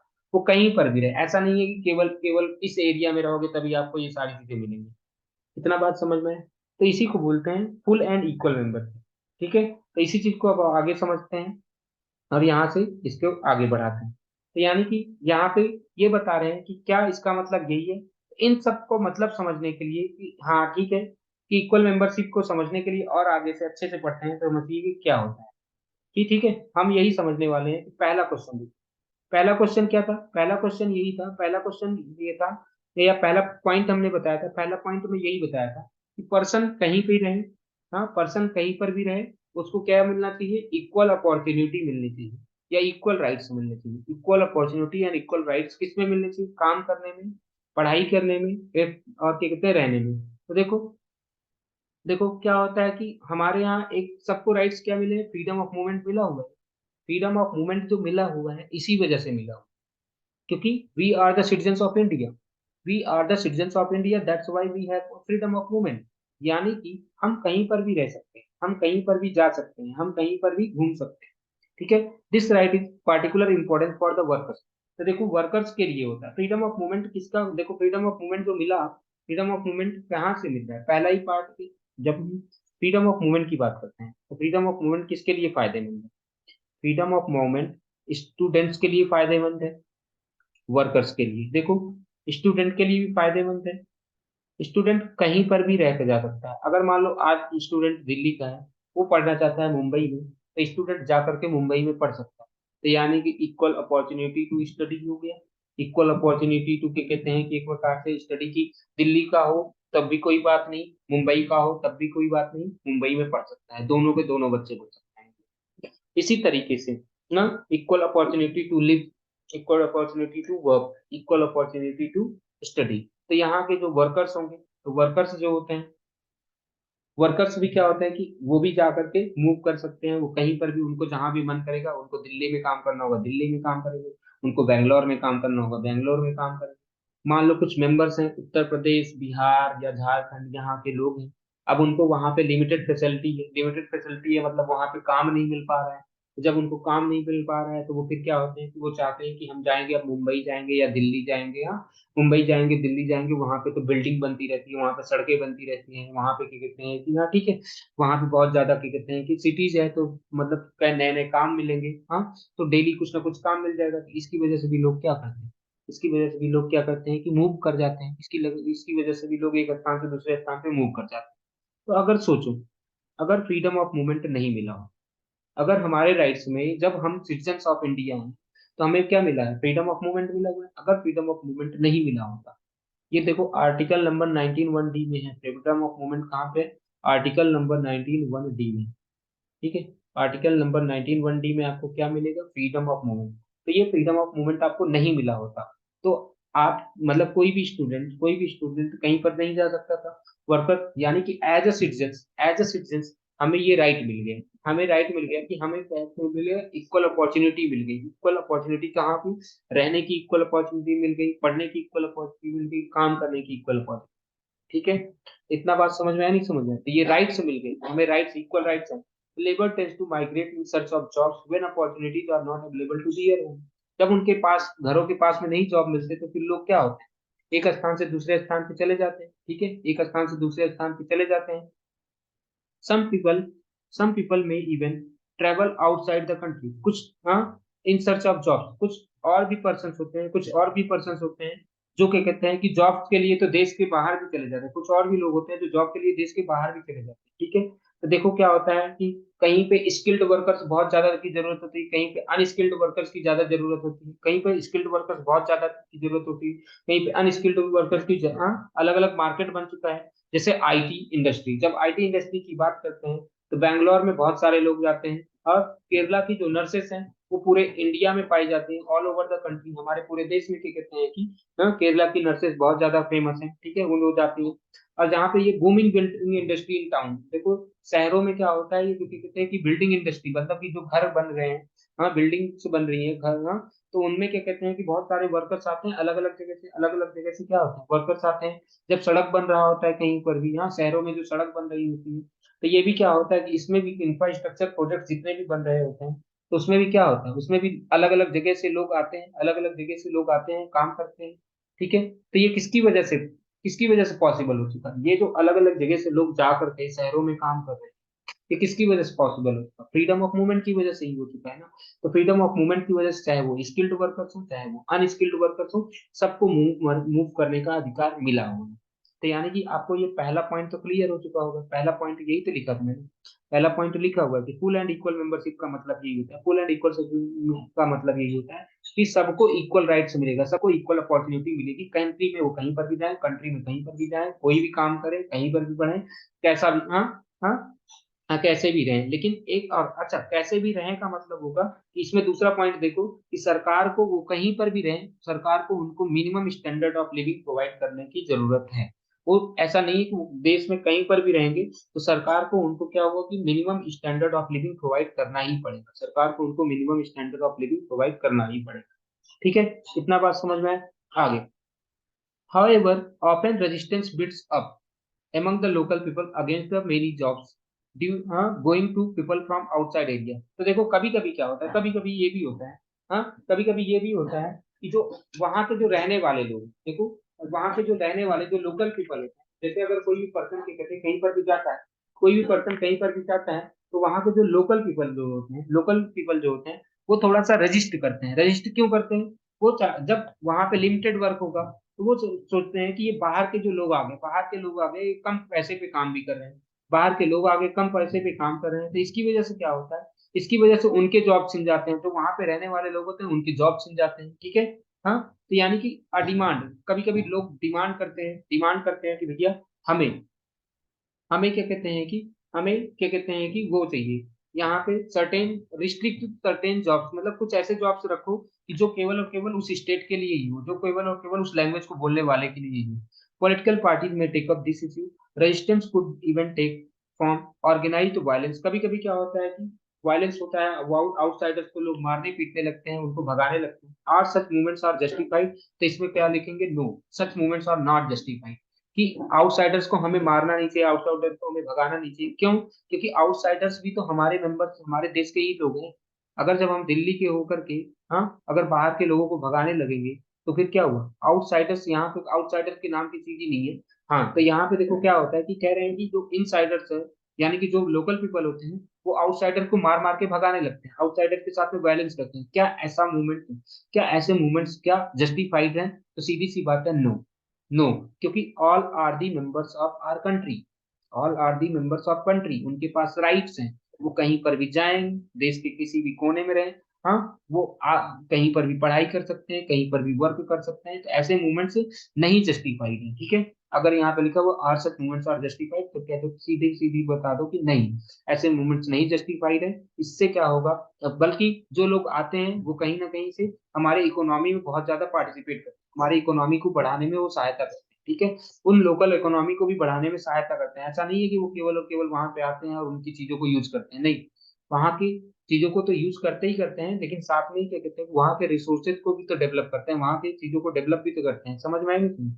अब आगे, वी ऑल बिकम इंडिग्नेंट, कब हमें गुस्सा आने लगता है, तब हम, हाँ इंडिग्नेंट का मतलब गुस्सा आने लगता है, ठीक है, if if Indian workers in other countries ill treated. अब सोचो कि जब हम, अब देखो, जब क्या कहते हैं कि इल ट्रीटेड मतलब बुरा व्यवहार किया जाता है, जब बुरा व्यवहार किया जाता है, जब हमारे देश के लोग किसी दूसरे देश में जाते हैं, जब हमारे देश के लोग किसी दूसरे देश में जाते हैं, जब उनके साथ बुरा व्यवहार किया जाता है तो हमें कितना बुरा लगता है। तो उसी प्रकार से सोचो कि जब क्या कहते हैं कि जब कोई भी पर्सन बिहार से मुंबई जाएगा या जब कोई भी पर्सन उत्तर प्रदेश से मुंबई जाएगा, अगर उसके साथ में कोई दुर्व्यवहार किया जाएगा तो आपको कैसा लगेगा। हाँ ठीक है, तो आपको कैसा लगेगा। एक्चुअल में क्या होता है ना कि हमें इनसाइडर आउटसाइडर की कोई बात ही नहीं होती यहाँ पे, कि हमें सबको राइट्स है ना कि हम कहीं पर भी मूव कर रहे हैं कहीं नहीं, तो वो तो तब हमें बुरा लगता है जब हमारे साथ ऐसा होता है। Some of us may also feel skilled and, अच्छा कभी कभी देखो क्या होता है, कभी कभी क्या होता है कि लोग लोग क्या करते हैं, स्किल्ड वर्कर्स को सोचते हैं कि स्किल्ड वर्कर्स आ जाए, और वो प्रदेश भी खुश हो जाता है कि अच्छा हमने तो स्किल्ड वर्कर्स को बहुत ज्यादा। जब पढ़े लिखे लोग जाते हैं तो लोग काफी ज्यादा उनको स्वागत करते हैं, उनके लिए खुश होते हैं। लेकिन वहीं पे जब क्या कहते हैं कि जो अनस्किल्ड वर्कर्स, स्किल्ड वर्कर्स के लिए लोग हैप्पी, स्किल्ड वर्कर्स जब आते हैं तो लोग हैप्पी हो जाते हैं कि अच्छा हमारे देश में तो बहुत सारे स्किल्ड वर्कर्स आ रहे हैं। ठीक है, जब स्किल्ड वर्कर्स आते हैं, जब मान लो एक देश है, हाँ यहाँ पे जब स्किल्ड वर्कर्स आ रहे हैं तो ये देश हैप्पी है। स्किल्ड वर्कर्स आ रहे हैं तो यहाँ के देश के लोग क्या है, हैप्पी है कि अरे हमारे देश में बहुत बड़े साइंटिस्ट वगैरह आ रहे हैं, तो ये हैप्पी होते हैं। लेकिन वह वहीं पे लेबर्स आते हैं, हाँ लेबर्स आते हैं तो फिर क्या होता है, ये अनहैप्पी होते हैं, कहते हैं कि भैया ये लोग कचरा फैलाने वाले लोग हैं, ये बीमारी फैलाने वाले लोग हैं। लेकिन एक्चुअल में देखो भैया, ये भी इकोनॉमी में पार्टिसिपेट करें, ये भी तो इकोनॉमी में पार्टिसिपेट करें। तो हमें स्किल्ड और अनस्किल्ड लेबर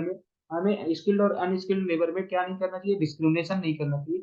जबकि यहाँ पे यही लिखा हुआ है कि क्या लिखा हुआ है कि some of us may also feel that skilled and educated workers have right to migrate। हाँ, ये लगता है कि स्किल्ड और अनस्किल्ड वर्कर्स के, सॉरी, क्या स्किल्ड एंड एजुकेटेड वर्कर्स के पास भी राइट टू माइग्रेट है क्या? क्या स्किल्ड और हाँ स्किल्ड स्किल्ड और एजुकेटेड वर्कर्स के पास में राइट टू माइग्रेट है क्या? नहीं। केवल इतना ही नहीं है। तो देखो, जो फ्रीडम ऑफ मूवमेंट होता है वो सबके लिए होता है। फ्रीडम ऑफ मूवमेंट जो होता है वो सबके लिए होता है। Does the right to freedom of movement include the right to life work in any part of the country. जब हम बात करते हैं फ्रीडम ऑफ मूवमेंट की बात करते हैं जब हम फ्रीडम ऑफ मूवमेंट की बात करते हैं तो इसमें क्या होता है कि लोगों को जीने का भी अधिकार है और कहीं पर काम करने का भी अधिकार मिलता है। तो ये यस, यहाँ पे इसका इस क्वेश्चन का आंसर होगा yes. Yes, right of freedom of movement में ये भी चीजें हैं। Right of freedom of movement में अगर जब बात किया जाएगा कि क्या फ्रीडम ऑफ मूवमेंट में राइट टू वर्क भी है, राइट टू लिव भी है। हाँ, फ्रीडम ऑफ मूवमेंट में right to live and work in any part of the country, ये भी बात सही है। ठीक है, क्योंकि चाहे वो स्किल्ड वर्कर हो चाहे वो अनस्किल्ड वर्कर चाहे वो अनस्किल्ड वर्कर हो, उनको कहीं पर भी मूव करने का अधिकार है, और क्या कहते हैं कि कहीं पर भी मूव करने के साथ साथ में कहीं पर भी उनको काम करने का भी अधिकार है। ठीक है, केवल और केवल right to freedom of movement का मतलब ये नहीं है कि केवल घूमने का अधिकार है। वो कहीं पर भी जा सकते हैं, कहीं पर भी क्या कहते हैं कि जा करके वहां पे वो क्या कर सकते हैं कि जॉब भी कर सकते हैं कहीं पर भी देश में, और कहीं पर भी क्या कहते हैं कि पढ़ाई भी कर सकते हैं, कहीं पर भी क्या कहते हैं कि वो अपने काम भी कर सकते हैं। ठीक है, इतना बात समझ में आया नहीं समझ में? अब आगे, another factor that we need to consider that there are many sometimes a difference between our response to poor migrants। जैसा कि अभी हमने बताया कि लोग क्या करते हैं कि पुअर माइग्रेंट्स को क्या कहते हैं जो पुअर होते हैं उनको लेकर के क्या कहते हैं कि पुअर और क्या कहते हैं स्किल्ड को लेकर के, एक जब स्किल्ड वर्कर्स आते हैं तो लोग हैप्पी हो जाते हैं, और जब क्या कहते हैं कि पुअर वर्कर्स आते हैं तो कहते हैं कि अरे अरे अरे, ये तो गंदगी फैलाएंगे, ये यहाँ पे क्या कहते हैं कि क्या कहते हैं बीमारी फैलाएंगे। और जब वहीं पे पढ़े लिखे लोग आते हैं तो लोग उनका बड़े आसानी से क्या कहते हैं कि उनको एक्सेप्ट कर लेते हैं, कहते हैं कि ये तो हमारे देश के लिए हमारे लिए क्या कहते हैं कि अच्छा काम करेंगे। एक्चुअली में क्या कहते हैं कि दोनों ही देश के लिए अच्छा काम करें। ऐसा नहीं है कि वो क्या कहते हैं कि केवल और केवल बीमारी फैलाने आते हैं। उनके पास में काम नहीं है इसलिए वो यहाँ पे आए हैं। उनके पास अगर काम होता, उनके पास अगर घर होता तो वहां नहीं रहते। सीधी मतलब कि वो अपने घर से दूर क्यों जाना चाहे, क्योंकि वहां पे काम नहीं है। ठीक है, तो यानी कि we may not always be welcoming to poor migrants. हमें इन आर एरिया में बी स्किल्ड और अनस्किल्ड वर्क, हाँ क्योंकि और जबकि हम क्या कहते हैं अप्लुएंट वर्कर्स, अप्लुएंट मतलब होता है जो जिनके पास पैसा वैसा ज्यादा होता है अप्लुएंट मतलब रिच होते हैं। इनको लेकर के क्या कहते हैं कि लोग स्वागत करते हैं, लेकिन वहीं पे क्या कहते हैं कि अनस्किल्ड वर्कर्स का लोग स्वागत नहीं करते। This raises the question of whether poor and unskilled workers should have the same right. तो क्या दोनों के पास में सेम राइट होते हैं? हाँ भैया, दोनों के पास सेम राइट होते हैं, दोनों ही, चाहे स्किल्ड वर्कर हो चाहे क्या कहते हैं कि, तो यहाँ से यहाँ तक का आंसर होगा यस। यहाँ तक का आंसर होगा yes. Both have same right कहीं पर भी रहने का, कहीं पर भी, चाहे वो स्किल्ड वर्कर हो चाहे वो अनस्किल्ड वर्कर हो। ऐसा नहीं है कि स्किल्ड वर्कर के पास में राइट्स होता है मूवमेंट का और अनस्किल्ड वर्कर के पास में राइट नहीं होता मूवमेंट का। सबके पास राइट टू मूवमेंट है, सबके पास, वो स्किल्ड वर्कर हो चाहे अनस्किल्ड वर्कर हो, दोनों के पास। These are some of the issues. तो यानी कि यहाँ से हमें समझ में आ गया कि फुल एंड इक्वल मेंबरशिप का मतलब क्या हुआ, कि चाहे वो गरीब आदमी हो चाहे वो अमीर आदमी हो, चाहे स्किल्ड वर्कर हो चाहे अनस्किल्ड वर्कर हो, हाँ, चाहे वो स्टूडेंट हो चाहे, हाँ, चाहे लड़की हो चाहे लड़का हो, चाहे कोई भी पर्सन हो, उसको एक स्थान से दूसरे स्थान पे मूव करने का अधिकार है, एक स्थान से दूसरे स्थान पे जाकर के काम करने का अधिकार है, एक स्थान से दूसरे स्थान पे जाकर के रहने का अधिकार है। और दूसरी चीज, एक स्थान से दूसरे स्थान पे रहने की इक्वल अपॉर्चुनिटी भी है। ऐसा नहीं है कि आप गरीब हो तो आप यहाँ पे नहीं रह सकते, आप अमीर हो तो आप यहाँ रह सकते हो, ऐसा नहीं है। वहां पर गरीब के भी जितना रहने के चांसेस है उतना ही चांसेस, उससे एक भी पैसे ज्यादा नहीं अमीर के रहने के चांसेस है। ठीक है, यानी कि इक्वल अपॉर्चुनिटी एंड इक्वल। ठीक है, जो अभी हमने यहाँ पे ये पहला पॉइंट लिखा था ना, इक्वल अपॉर्चुनिटी के साथ साथ में क्या कहते हैं कि, हाँ, इक्वल अपॉर्चुनिटी है इसकी, इक्वल अपॉर्चुनिटी एंड क्या कहते हैं कि दो चीजें यहाँ पे लिखा हुआ है, इक्वल अपॉर्चुनिटी एंड क्या कहते हैं कि इक्वल राइट, दोनों चीजें, equal right and equal right, equal rights and equal opportunity दोनों, चाहे वो गरीब हो चाहे अमीर हो, दोनों के पास। ठीक है, ठीक है। However, disputes may be sometimes arise when democratic society, हाँ, how can such disputes resolved? देखो, डेमोक्रेटिक सोसाइटी में जितने भी झगड़े होते हैं वो कैसे सॉल्व होते हैं, तो वहां पे प्रोटेस्ट लोग करते हैं। तो लोगों के पास में क्या है, राइट टू प्रोटेस्ट, लोगों के पास में क्या है, राइट टू प्रोटेस्ट। जब लोगों की बात सरकार नहीं मान रही होती है, लोगों की बात कुछ लोग मान नहीं रहे होते, तो लोग प्रोटेस्ट करना शुरू करते हैं। लेकिन ये प्रोटेस्ट करने का अधिकार तो है, ये प्रोटेस्ट करने का अधिकार किसकी बात को बताता है, फ्रीडम ऑफ एक्सप्रेशन, प्रोटेस्ट करना, राइट टू प्रोटेस्ट किस बात का बात को, हाँ, हाँ, फ्रीडम ऑफ एक्सप्रेशन को बताता है। जो राइट टू प्रोटेस्ट होता है वो किसको बताता है, फ्रीडम ऑफ एक्सप्रेशन को बताता है। जो राइट टू प्रोटेस्ट होता है वो किसको बताता है, फ्रीडम ऑफ एक्सप्रेशन को बताता है। ठीक है, ये बताता है कि भैया राइट टू प्रोटेस्ट कहता है कि आपके पास अधिकार है प्रोटेस्ट करने का, बट आप ऐसा प्रोटेस्ट करो जो क्या कहते हैं, किसी भी लाइफ, किसी की लाइफ को हार्म ना करे, किसी की प्रॉपर्टी, चाहे वो किसी भी पर्सन की प्रॉपर्टी हो चाहे किसी भी स्टेट की प्रॉपर्टी हो, उसको हार्म नहीं होना चाहिए। आप प्रोटेस्ट कर सकते हो, प्रोटेस्ट करने का सबके पास अधिकार है। बस ध्यान में रखना, राइट टू स्ट्राइक कोई नहीं है। ठीक है, राइट टू स्ट्राइक हमारे कॉन्स्टिट्यूशन में नहीं है। ठीक है, राइट टू स्ट्राइक नहीं है, राइट टू प्रोटेस्ट है, ये ध्यान रखना।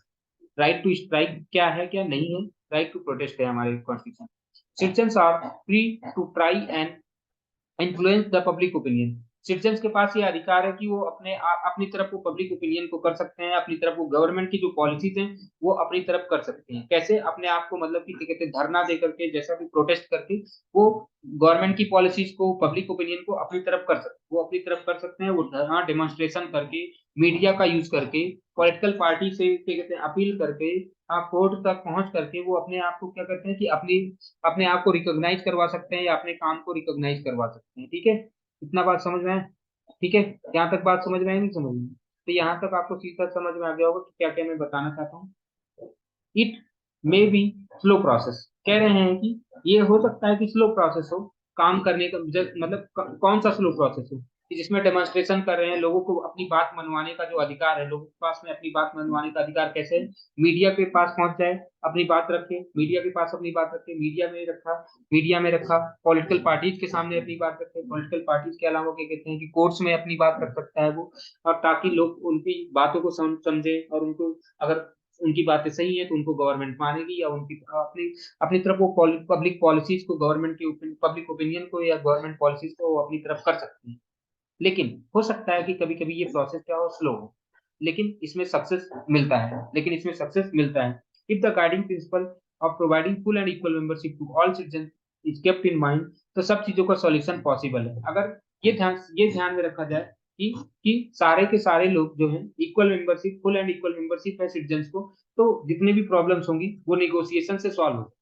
हाँ, ठीक है, डेमोक्रेसी में जितने भी डिस्प्यूट्स होते हैं, जिसमें भी डिस्प्यूट्स होते हैं, वो किसके थ्रू, नेगोशिएशंस के थ्रू एंड डिस्कशन, हाँ, फोर्स के बजाय क्या कहते हैं कि नेगोशिएशंस के थ्रू क्या कहते हैं कि बातचीत को सॉल्व किया जा सकता है, जितने भी निगोशिएशन के थ्रू जितने भी प्रॉब्लम्स होंगे उनको सॉल्व किया जा सकता है। This is one of the और with obligations of citizenship, citizenship की एक ऑब्लिगेशन है, ऑब्लिगेशन मतलब दायित्व है कि जितने भी प्रॉब्लम्स होंगे उनको क्या कहते हैं नेगोशिएशन के थ्रू सॉल्व किया जा सकता है। ठीक है, अब यहाँ पे एक इमेज देखिए, इस इमेज को देखते हैं और यहाँ पे समझते हैं कि क्या बताना की कोशिश किया हुआ है। कि देखो यहाँ पे लिखा हुआ a day in life of urban Indian middle class without immigrant workers. जब वर्कर्स नहीं है तो देखो ये काम कर करके परेशान हो चुके हैं। यहाँ पे कूड़े कचड़े देखो सड़क पे पड़े हुए हैं। जब वर्कर्स नहीं है तो ये देखो इनको खुद से खाना पड़ा बनाना पड़ रहा है, और यहाँ पे देखो इनके पसीने छूट रहे हैं। यहाँ पे देखो इनको खुद ही क्या कहते हैं कि अपना सामान वगैरह ले करके जाना पड़ रहा है, क्योंकि इनका ड्राइवर नहीं है। ठीक है, तो ऐसे ही देखो ये क्या कहते हैं कि ये बच्चा देखो अपने स्कूल में लेट आ रहा है। क्यों लेट आ रहा है? क्योंकि इसके घर पे वर्कर्स नहीं है। तो इस वजह से देखो बहुत सारी समस्याओं का सामना करना पड़ता है, बहुत सारी समस्याओं का सामना करना पड़ता है जब लोगों के पास वर्कर वगैरह नहीं होती। ये खुद खुद से ही इनको साफ सफाई करनी पड़ रही है अपनी कार की, क्योंकि उस दिन वर्कर नहीं है, उस दिन वर्कर नहीं है। तो लोग एकदम देखो ये सब लोग ये कहते हैं कि परेशान हो चुके हैं काम कर करके। तो यानी कि चाहे वो स्किल्ड वर्कर हो चाहे अनस्किल्ड वर्कर हो, सबकी जरूरत हो, सबकी जरूरत है सबको। ठीक है, यहाँ तक तो बात समझ में आ गई होगी। इतना क्लियर समझ में आ गया ना कि फुल एंड इक्वल मेंबरशिप का मतलब क्या होता है, फुल एंड इक्वल मेंबरशिप का मतलब क्या होता है, इतना आपको समझ में आ गया। अब यहाँ पे एक बॉक्स लिखा हुआ है, इस बॉक्स को पढ़ लेते हैं। 1950 में क्या हुआ था? हाँ, ठीक है। 1950 में क्या कहते हैं कि, हाँ देखो, the 1950 witnessed the emergence of civil rights movement against inequalities that exist between black and white populations in many of the southern states of USA। देखो, सदर्न स्टेट्स ऑफ यूएसए की बात करते हैं। यूएसए में जो सदर्न स्टेट में थे, southern part में देखो क्या हुआ था कि 1950 में क्या हुआ। 1950 में यहाँ पे क्या हुआ, बहुत ज्यादा ही क्या कहते हैं कि जो काले लोग थे, अमेरिका में भी तो देखो क्या है, ब्लैक पीपल भी है और क्या कहते हैं कि, हाँ ब्लैक पीपल भी है और क्या कहते हैं व्हाइट पीपल भी है। तो जो काले और गोरों में क्या हुआ था, बहुत ज्यादा क्या हुआ कि सिविल राइट मूवमेंट्स हुए। 1950 में क्या हुआ, सिविल राइट्स मूवमेंट्स हुए थे। ठीक है, किसको लेकर के? इनइक्वलिटीज को लेकर। जो इनइक्वलिटीज किसके किसके बीच में थी? ब्लैक एंड व्हाइट पॉपुलेशन के बीच में। ठीक है, ब्लैक एंड व्हाइट पॉपुलेशन के बीच में जो इनइक्वलिटी थी, इस चीज को लेकर के वहां पे सिविल राइट्स मूवमेंट्स हुए थे। कहाँ पे सिविल राइट्स मूवमेंट्स हुए थे? अमेरिका में हुए थे। अमेरिका मतलब यूएसए में हुए थे। कहाँ पे हुए थे? यूएसए में हुए थे। सच inequalities are maintained in these states, such inequalities were maintained in these states by set of laws called segregation law। हाँ, तो किसके थ्रू ये इनइक्वलिटी कैसे मेंटेन थी? यहाँ पे सेग्रीगेशन लॉ था, through which the black people were denied many civil and political rights. तो सेग्रीगेशन लॉ कहाँ पे था? सेग्रीगेशन लॉ कहाँ पे है भैया? सेग्रीगेशन लॉ कहाँ पे था? जैसे अभी हमने बताया था वहां पे। अब अभी तो एक हमने साउथ अफ्रीका का एग्जाम्पल पढ़ा था। हमने क्या पढ़ा था? साउथ अफ्रीका का एग्जाम्पल। अभी हम पढ़ रहे हैं कहाँ का एग्जाम्पल पढ़ रहे हैं? यूएसए का। यूएसए में क्या था?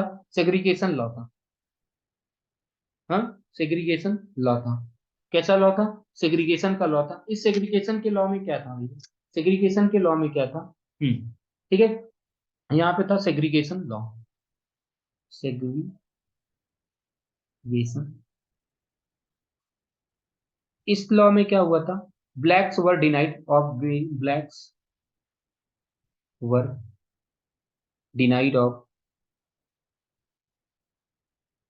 Many civil and political rights. इनको सिविल और पॉलिटिकल राइट्स बहुत सारे नहीं मिले थे।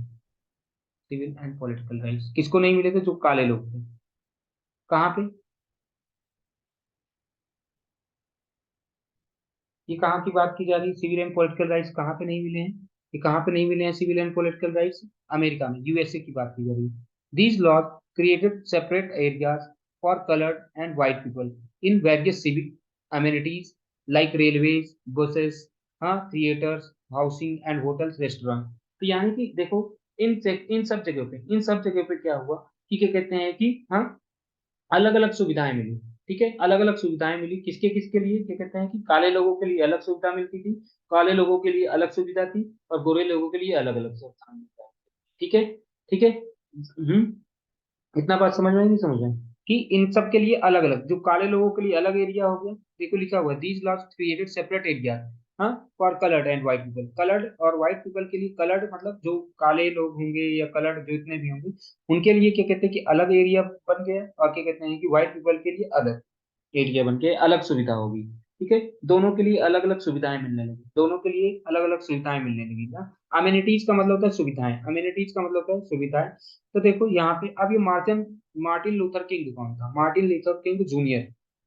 Martin Luther king junior was a black leader of the movement against these loss. तो यानी कि आपसे जब पेपर में पूछा जाएगा कि who was Martin Luther king, तो मार्टिन लूथर किंग कौन थे? ये मार्टिन लूथर किंग जूनियर जो थे, ये ब्लैक लीडर थे, ब्लैक लीडर थे, ये ब्लैक लीडर थे किसके? मूवमेंट अगेंस्ट दीज लॉज मतलब सेग्रीगेशन लॉज के, सेग्रीगेशन लॉज के अगेंस्ट कौन सा किंग, कौन सा मतलब क्या नाम था इनका लीडर का, क्या नाम था? मार्टिन लूथर किंग जूनियर, ठीक है। The King gave away arguments against the prevailing laws of segregation. तो उन्होंने क्या कहते हैं कि जो लॉज ऑफ सेग्रीगेशन था, लॉज ऑफ सेग्रीगेशन था, इसके अगेंस्ट क्या कहते हैं कि इन्होंने क्या कहते हैं कि हाँ बहुत सारे क्या कहते हैं कि रीजंस दिए, बहुत सारे आर्ग्यूमेंट्स यानी कि रीजंस दिए।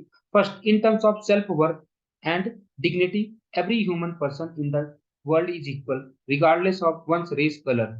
इन्होंने बताया कि, इन्होंने पहला बात बताया कि अगर देखा जाए तो सभी पर्सन्स क्या हैं? इक्वल हैं। अगर देखा जाए, इन्होंने बताया कि सभी पर्सन्स क्या हैं? इक्वल हैं। सभी पर्सन क्या हैं? इक्वल हैं। और साथ में ही क्या कहते हैं कि वो, हाँ वो दुनिया में कहीं पर भी हो, कहीं पर भी रहने वाले हो, उनका कलर कहीं पर भी हो, कहीं पर भी पैदा हुए हो, उनका कलर कहीं भी हो और वो कहीं पर भी पैदा हुए हो, इससे कोई लेना देना नहीं है। हर मनुष्य इनके लिए बराबर है। इनके कहने का मतलब है कि हर मनुष्य वो बराबर है, चाहे गोरा हो, काला हो, कैसा भी हो। हर एक मनुष्य अगर वो इंसान है तो वो इक्वल। पहला चीज तो यहाँ पे ये है। सेकंड, सेकंड बताया इन्होंने, king argued that segregation is like social leprosy. ये क्या है? सोशल लेप्रोसी, लेप्रोसी का मतलब होता है कोढ़ होता है, ठीक है।